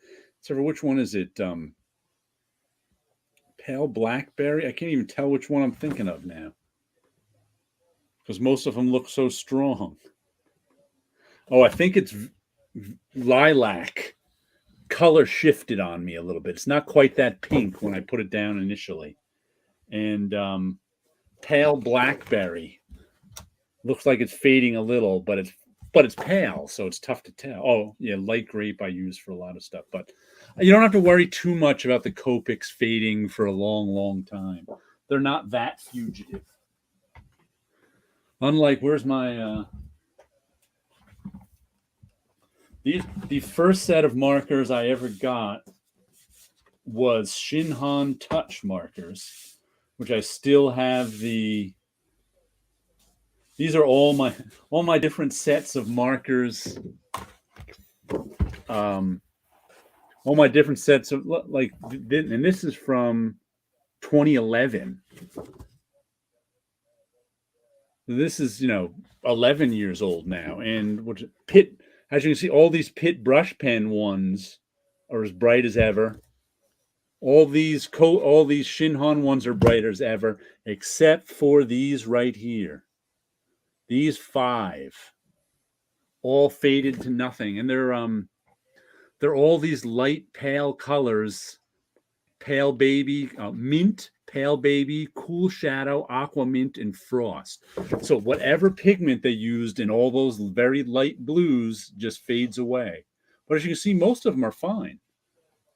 That's 10 years later.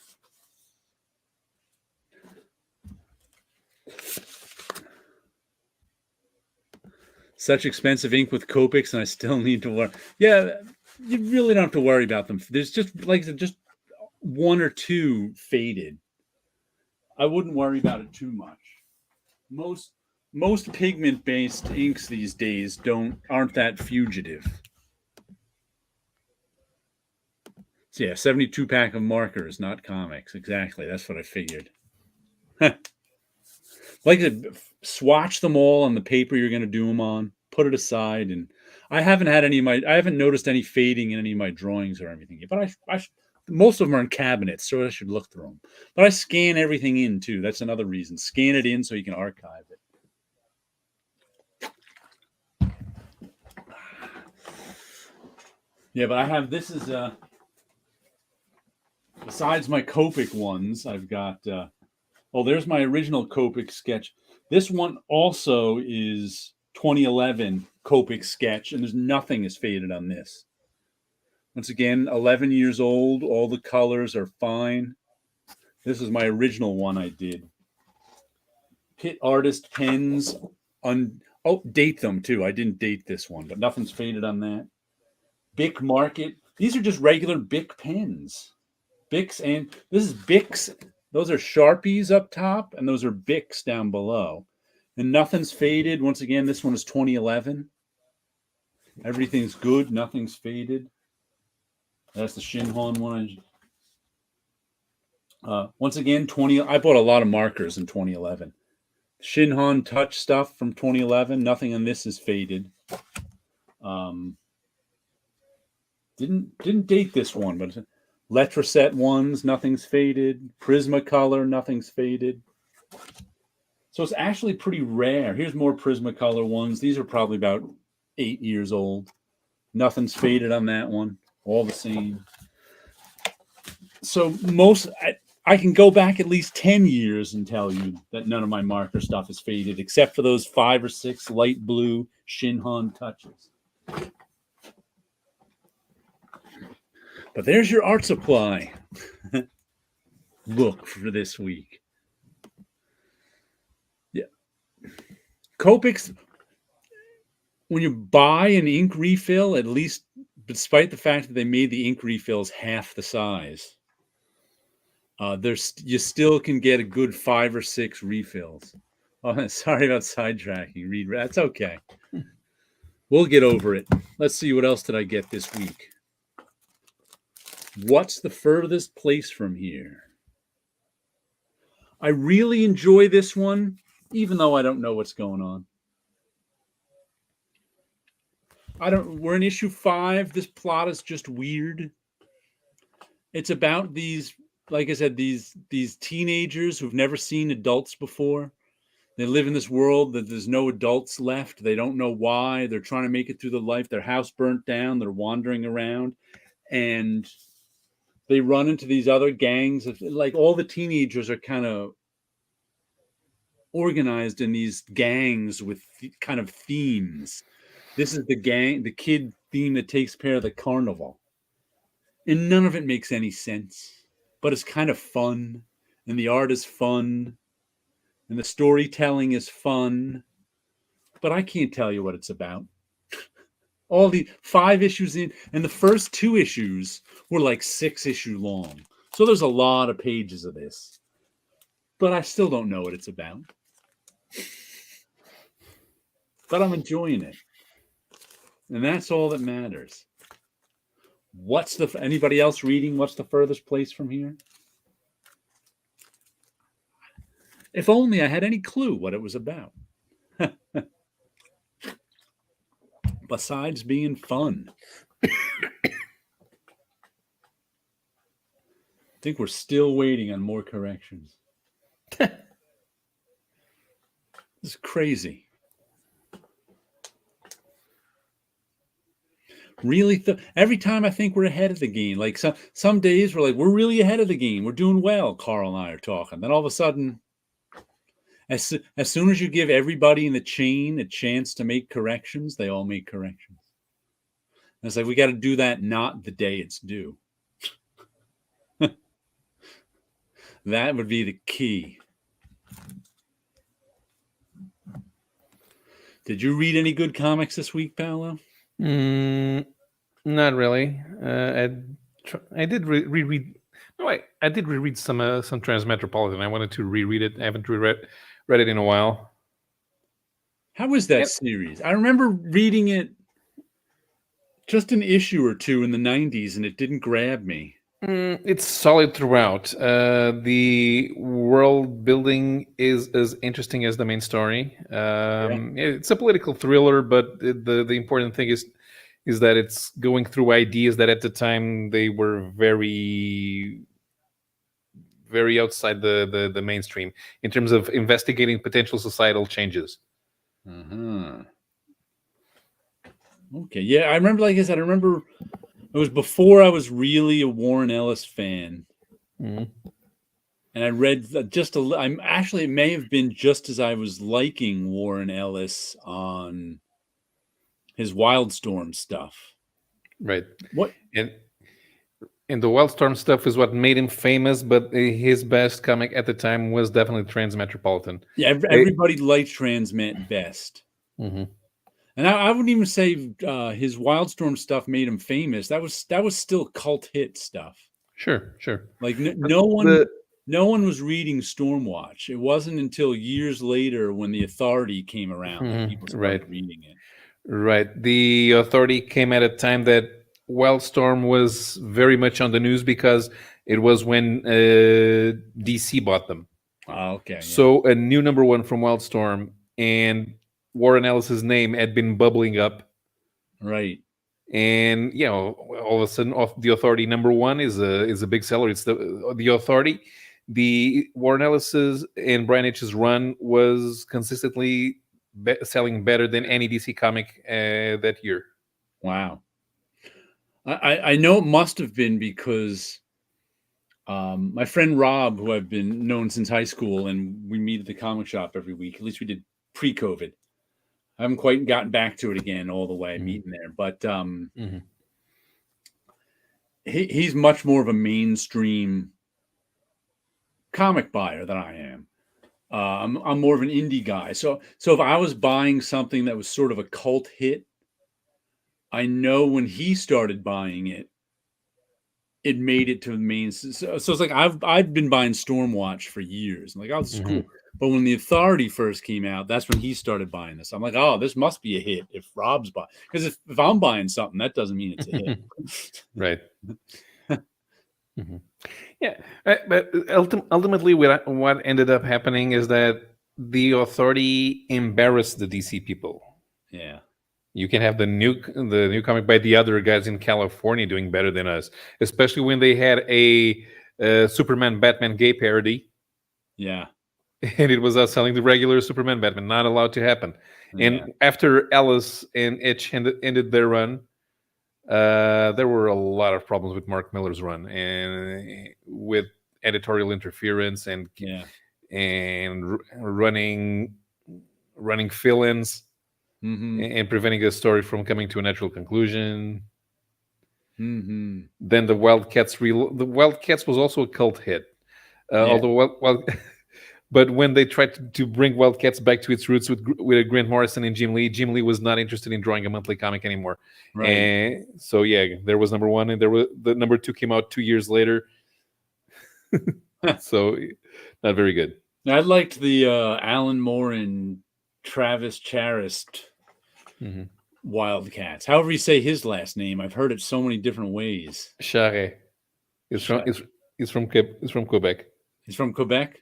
Yeah, that was Charest. Okay, I've like that. That's one of those names I've heard pronounced so many. But I didn't know how to pronounce Bernie Miro's name until he said it on Facebook a few years ago.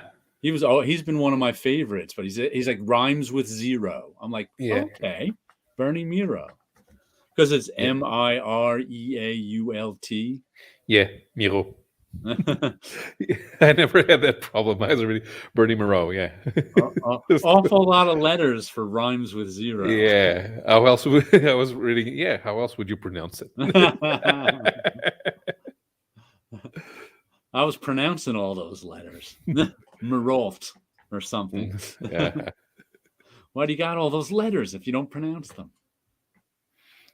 Hey, there are a few British names with a lot of letters that you don't pronounce. That is true. That is true. What was the name? Right. There was this guy who was a racer in the 1930s. His last name is written Featherstone-Haw. It's pronounced Fenshaw. It's like over time you just drop all those. Yeah.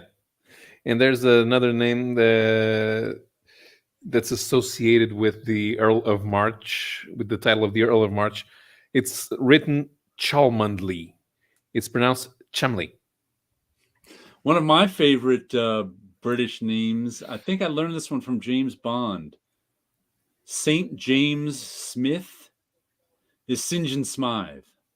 Yeah. Okay. Another comic I got this pretty big week for comics. I think I got 8. Time Before Time, number 11. Another series that has got better over time. I really like when that happens. This is our time travel series with 2 different criminal time syndicates running time travel.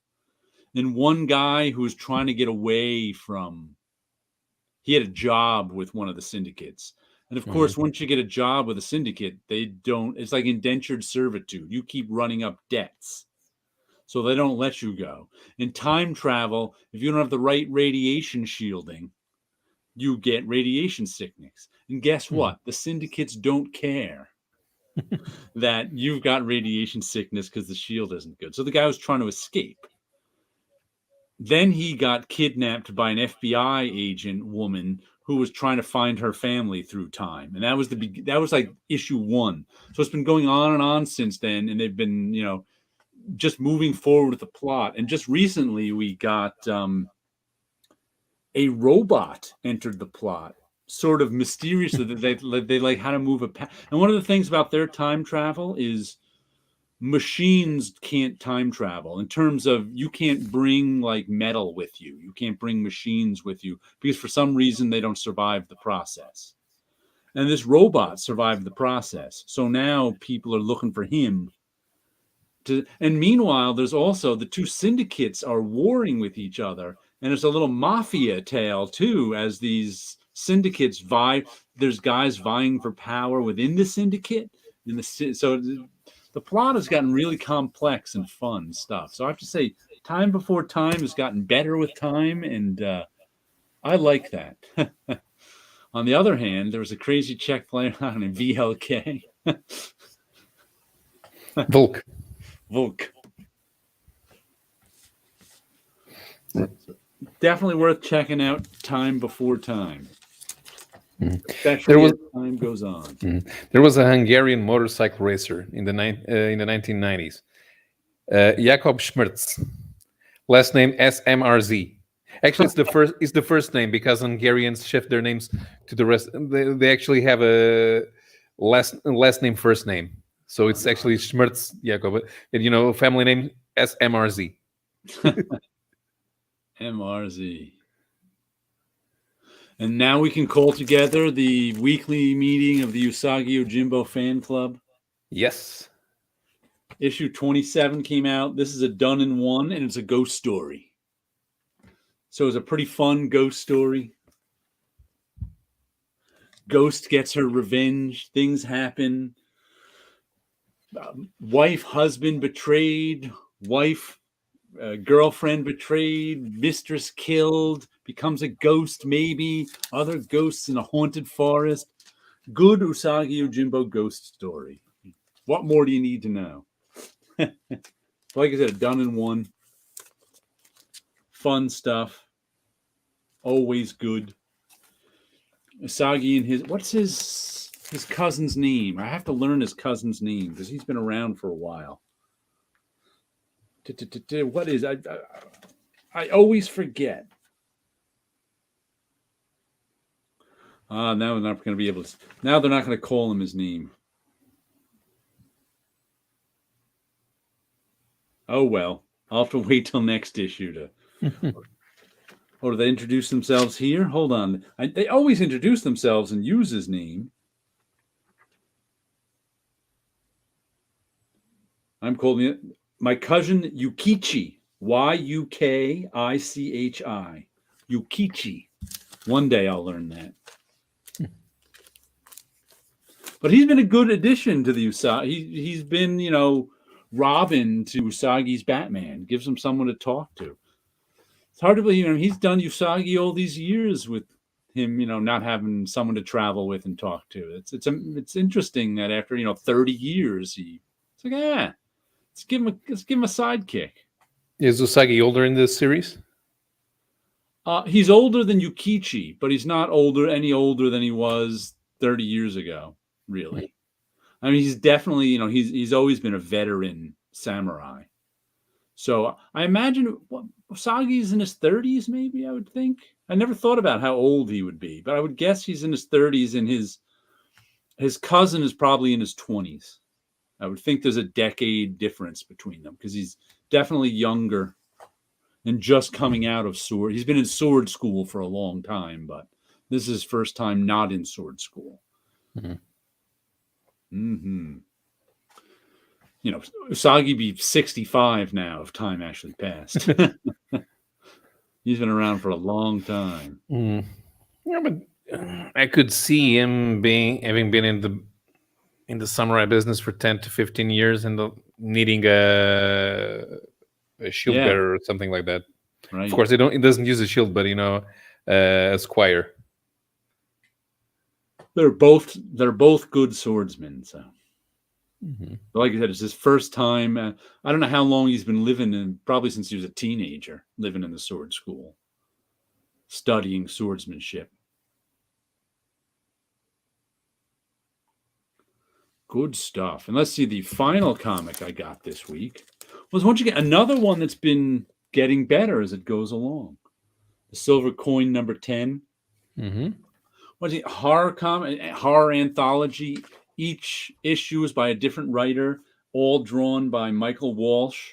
And in this one, Michael Walsh actually writes. And we get sort of a little, this is the first time we actually get, because most of the time the silver coin is almost meaningless. It's just sort of there to, matter of fact, last issue didn't even need the silver coin. It was about a corrupt cop who, eventually came to a bad, most of the stories about whoever finds the silver coin, bad things happen to. Well, bad things happen to this corrupt cop because bad things were happening to him to begin with. So it's like you didn't even need the silver coin in that one. But this one is kind of more of you got to look behind the silver coin and who's haunting it and stuff like that. And it was really I found this one really kind of an affecting horror story because it involves these 4 high school friends and they get caught up in this silver coin's evil. And not all of them survive it. And you're just like, they didn't ask for this. But it's kind of like a horror movie where these teenagers just get caught up in this bloodbath and we're like, ah. But, I liked it better than a horror movie. So, but good issue on this one. Nice, scary cover. But there's another one that was originally supposed to be a 6-issue mini, but I guess it sold well, so they kept it going, and I'm glad they did, because Steve Walsh's art and storytelling is real. I'm not even sure where he came from. I don't remember his work before this, but he's really got some chops. He's got some good storytelling skills. Have you heard of Michael Walsh before this? Nope. No, neither have I. What's interesting is that thing was supposed to be a mini series. It would have run the risk of Walsh not having a storyline to continue the series. I think because each issue is its own thing, it didn't matter. There's no storyline continuing between issues, really. Stan Usagi has been going on forever. Can it be considered solo artist running? Yeah, it could be. I do. There's something like 200. It's just not one continuous series, but there's over 250 issues of Usagi. So I consider it one of the longest running indie books, definitely. Michael Martz recently posted on LinkedIn. He's the Aftershock editor. Yeah, I definitely consider Usagi up there with Cerebus and Savage Dragon in terms of pure longevity. But, he's never cared about a continual run at one publisher, so his number gets obscured. But my, database of it doesn't. He's up above 250 issues. I can't remember exactly which ones. And there's a few issues of Space Usagi, too. And he's done it all himself. So, well, now he's got a colorist. But yeah, it's an amazing run of comics.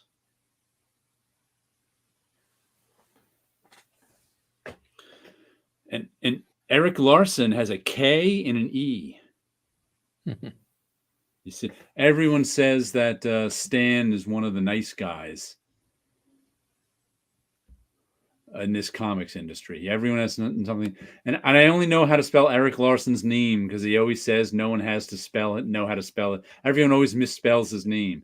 Gary Larson is Larson. Eric Larson is Larsen, and Eric is Erik. So that's how everyone always misspells it. So that's how I know it's not that. Otherwise, I wouldn't remember. But Gary Larson and Eric Larson, the Far Side guys, spell their last names differently.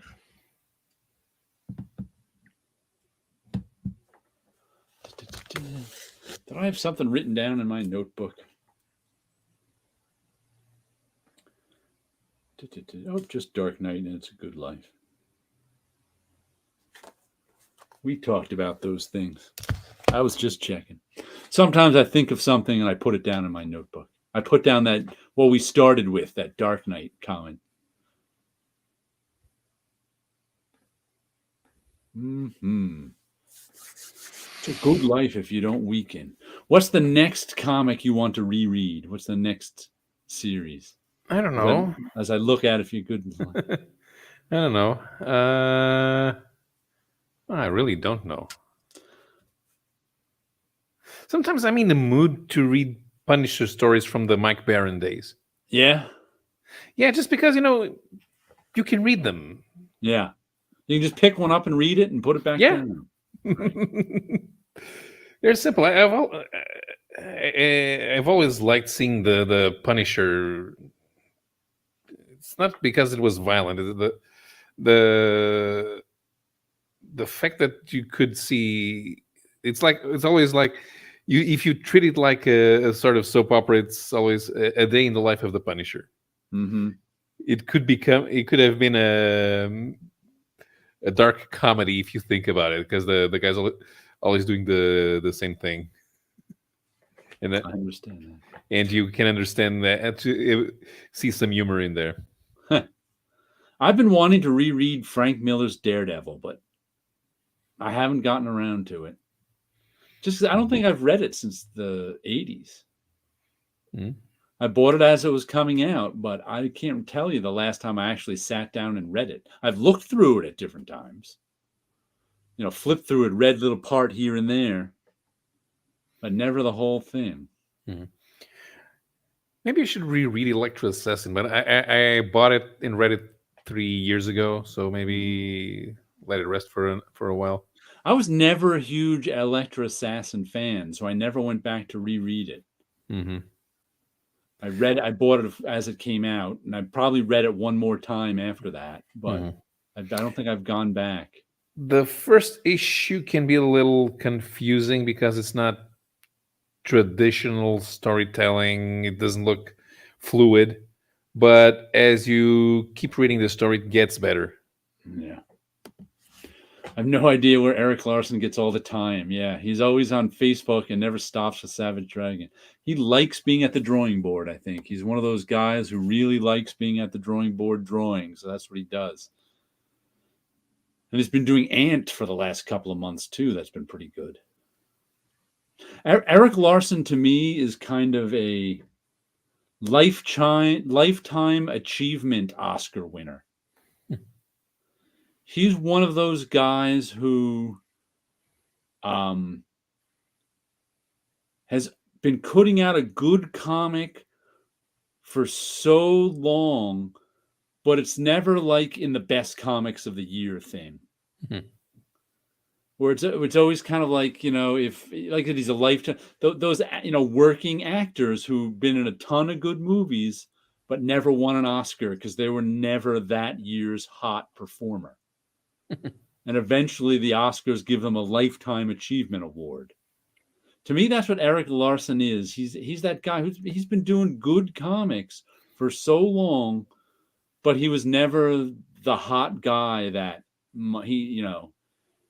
that month or whatever it is. Well, he was always on Todd McFarlane's shadow. Yeah. He was in Todd McFarlane's shadow, that's for sure. But when he gets to issue 301, he will be able to say that his comic is the actual longest running series done by one person. Because, of course, McFarlane never worked on all issues of Spawn. Right. So, yeah, Larson on Savage Dragon, it's his. And you can see it.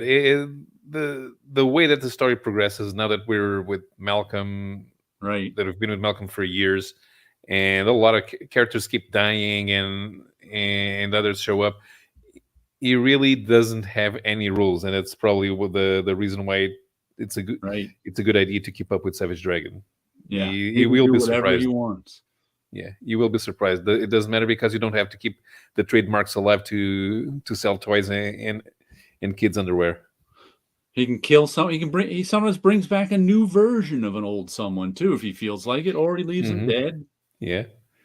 or he can use public domain heroes. Yeah, brings them back every now and then. And when a big villain dies, they die. Mm-hmm. He'll make another big villain. It's definitely, I definitely like, but I still, like I said, I don't like to diminish. It's crazy how he's kept most of his original stuff. Yeah, I think he has. I think he sold some of it, and he lost a lot of it in a fire in the '90s. I think too. His house burned down. But it's like I'm okay with people making a distinction between Spawn and everything else, but still, to me, I give Todd McFarlane credit for Spawn because it only exists because he wanted it to exist. He wants it to, even if he's not the one doing the work on every issue, which he's been doing Gunslinger Spawn now, even writing that. He's not even writing regular Spawn, but I think a lot of people in his position would have stopped doing. Spawn would stop existing. It would have ended with issue 240 or whatever.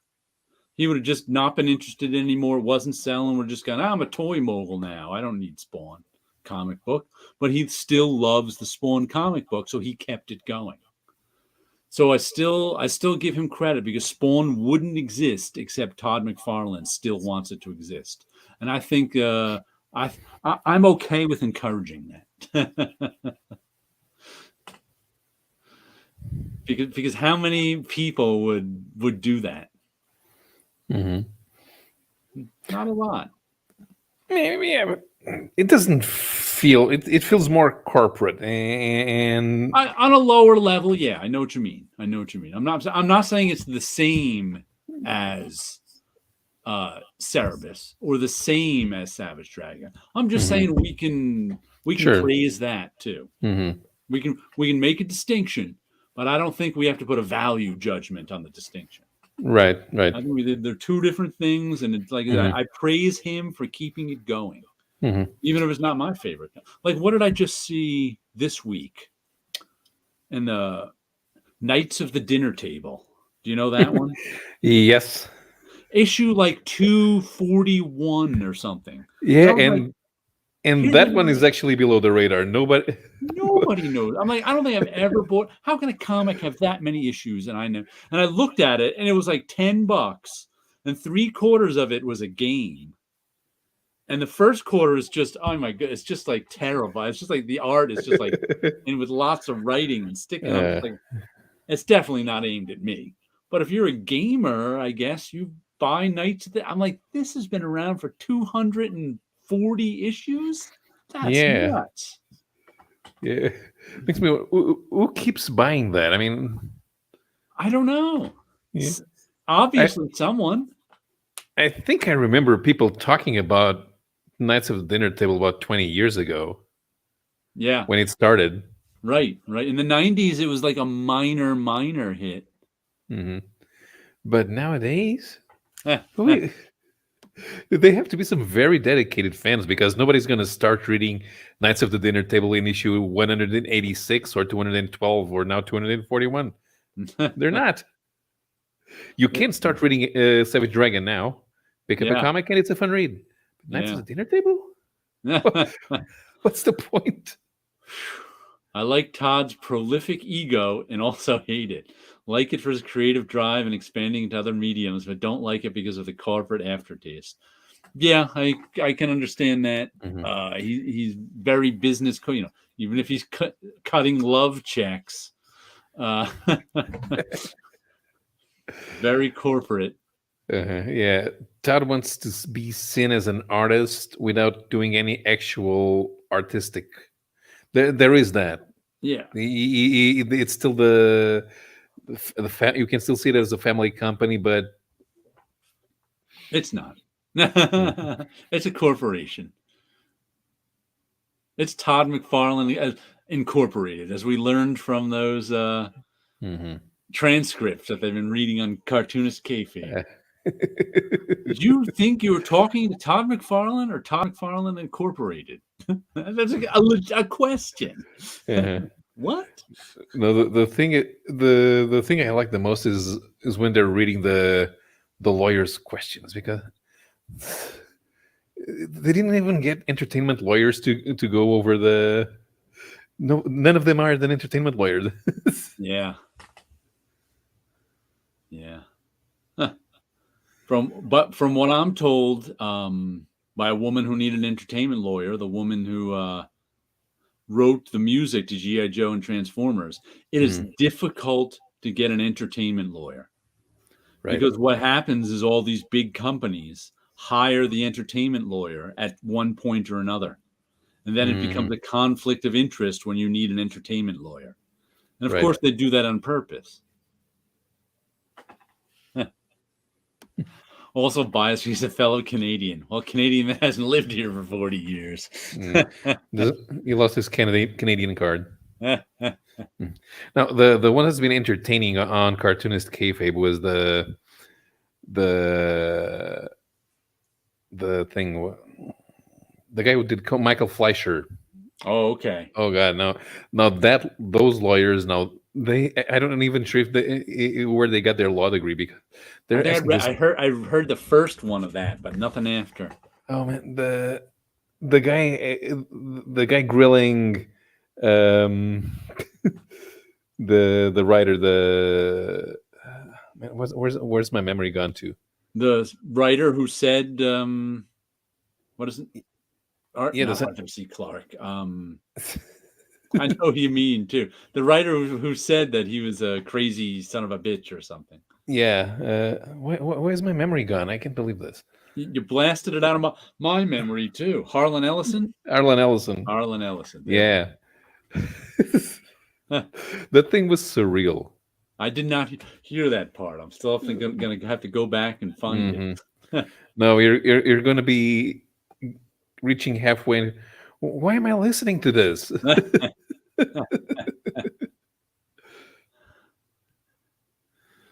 It's entertaining as I'm doing some sort of work. I cannot believe we haven't wrapped up this comic yet. They should have by now said everything's ready to go, but no. How do I still not have final approval? I don't know. At what time does it have to go to press? I don't know. I'm just told they're trying to get it out today.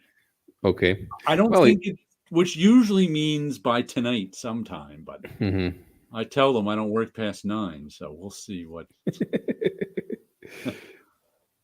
Then everyone's in trouble. Like, come on, guys, what are you doing? They're having dinner. They'll get to it. Then they'll call you at 10:30 asking for corrections. I won't answer. We'll get it tomorrow. Well, you also know that they tell you that, we need this tonight, but they only need it in 3 days, actually. No, usually they do. Usually it has to go to the print broker because they have a printer lined up. And anyway, if that were true, we'd just be getting it out. I don't even know why they're sometimes like people with deadlines. I'm just like, can't you just make a reasonable deadline and make it? But not everybody can work on a reasonable day. It's like, especially like the freelancers, like, this deadline is in a week. This deadline is tomorrow. I bet I'll work on the tomorrow stuff first. By the time the week stuff comes around, it's tomorrow. So it's like everything. Can you get me more days? No, it's crazy. It's crazy. That's why with my students, when I have projects done, I'm like, you missed the deadline. Who cares? It's a fake deadline. Real deadlines are no fun. I don't sweat the fake ones that much. So, so I give them another day. Don't stress yourself over a fake deadline. You'll be stressing over real ones enough.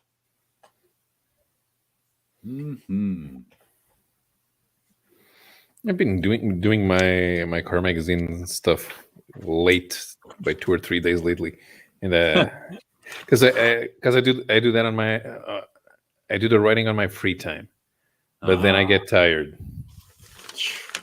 That makes it tough. And then if I have an afternoon to night shift, I don't do night shifts. But if I have an afternoon to early evening shift, I wake up in the morning, I write, have lunch at normal time, good. But if I have a morning shift and I get done by 4, I'm tired after that. I can't do normal writing. And when I have just a regular afternoon shift, I don't have time before lunch to do a full text. It's tough to find time.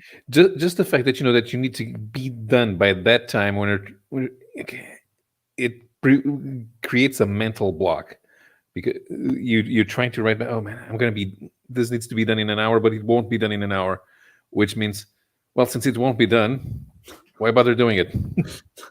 See, I'm always like, I like to get things done long before any deadline. I'm like, I can do it. I can do it now. It's done. No need to worry. Sure, but I write one text. I can write one text today for 2 pages. Okay. So, but if I can't get a thing done at that time, it ends up moving to the next day, and then it takes me 2 days to do something that should have been done in 1 day, because I couldn't finish it in 2 hours and I need 4. Ah, I see. So yeah, that's I know. Well, as with everything, it gets underestimated a lot. I'm like, oh, this will take me 6 hours, and it takes 8.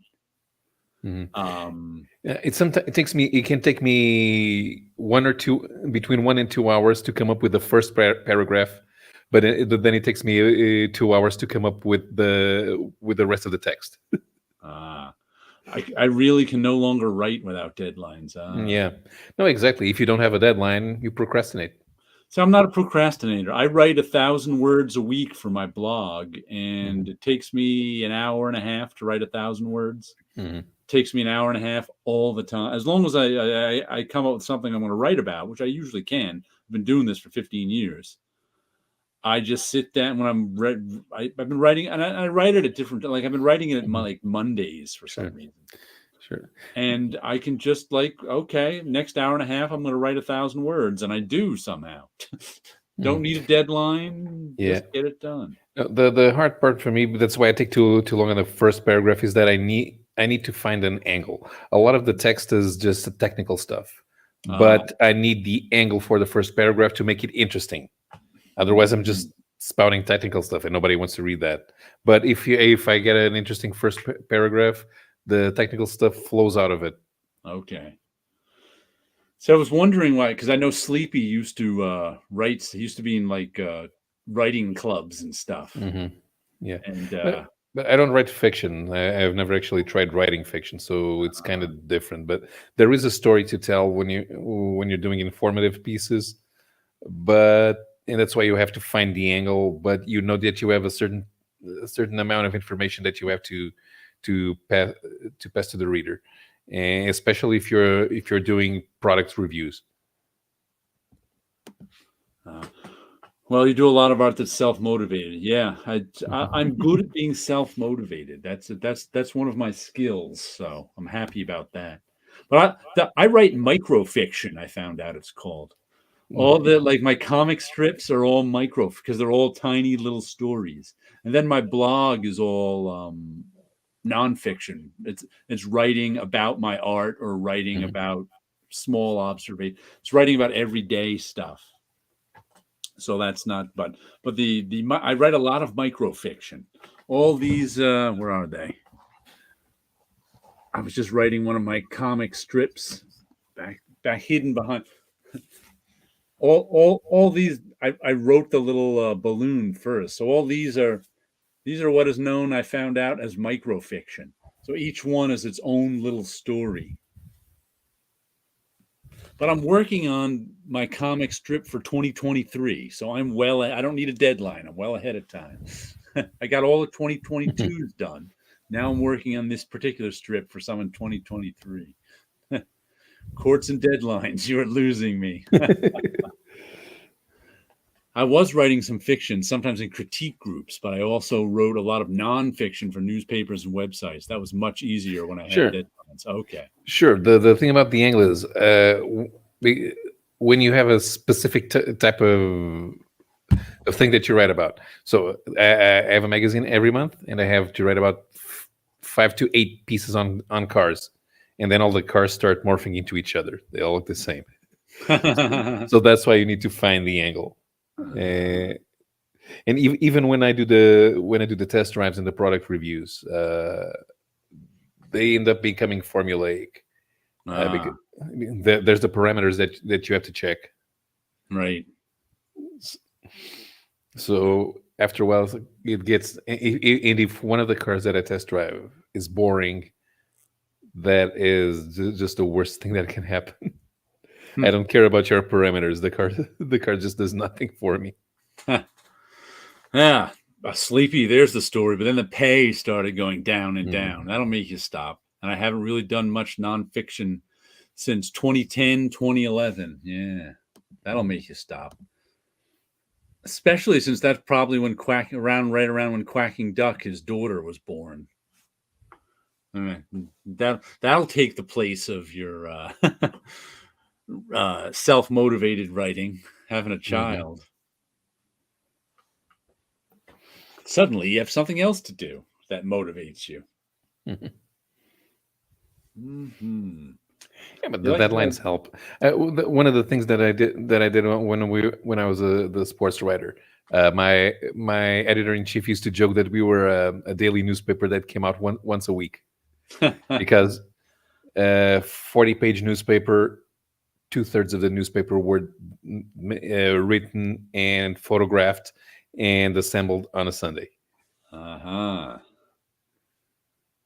So yeah, that's what deadlines are. That's nutty. We had a good team though, so the team became smaller over the next 10 years. And by the time I left, there were 3 of us writing. Wow. That is small. Yeah, in 2007, I got a high-tech job, and then Cutie was born about 9 months later. That'll do it. No need to write for little money when you've got a good high-tech job. That he managed to retire from last year or the year before, if I remember. Which is always good when you have there's so little retirement these days that it's like, Yeah. Well, it's not legal to retire here at 60. No, really, you can retire at 66 plus 7 months, I think, or is it 8? But it's all taken care of when you retire because we don't have 401ks. It's all handled by the government, so there's no risk of losing your pension. Here most people do. I don't have any pension. We have Social Security. I have Social Security. That's it. And that's most people. There's hardly any pensions left, and there's unless you've got a job with the state, you generally don't have retirement. Right. And 401ks even a lot of people don't have anymore. It's like, no, yeah, you can have a 401k here if you want, but you still have to, because your retirement pension comes out of you paying Social Security while you're an active worker, so you can't get away from that. You can say, "Oh, but I have it on a 401k." Don't care. You still have to pay Social Security. So, he retired without Social Security. It was based on my personal investments. Oh, good. Okay.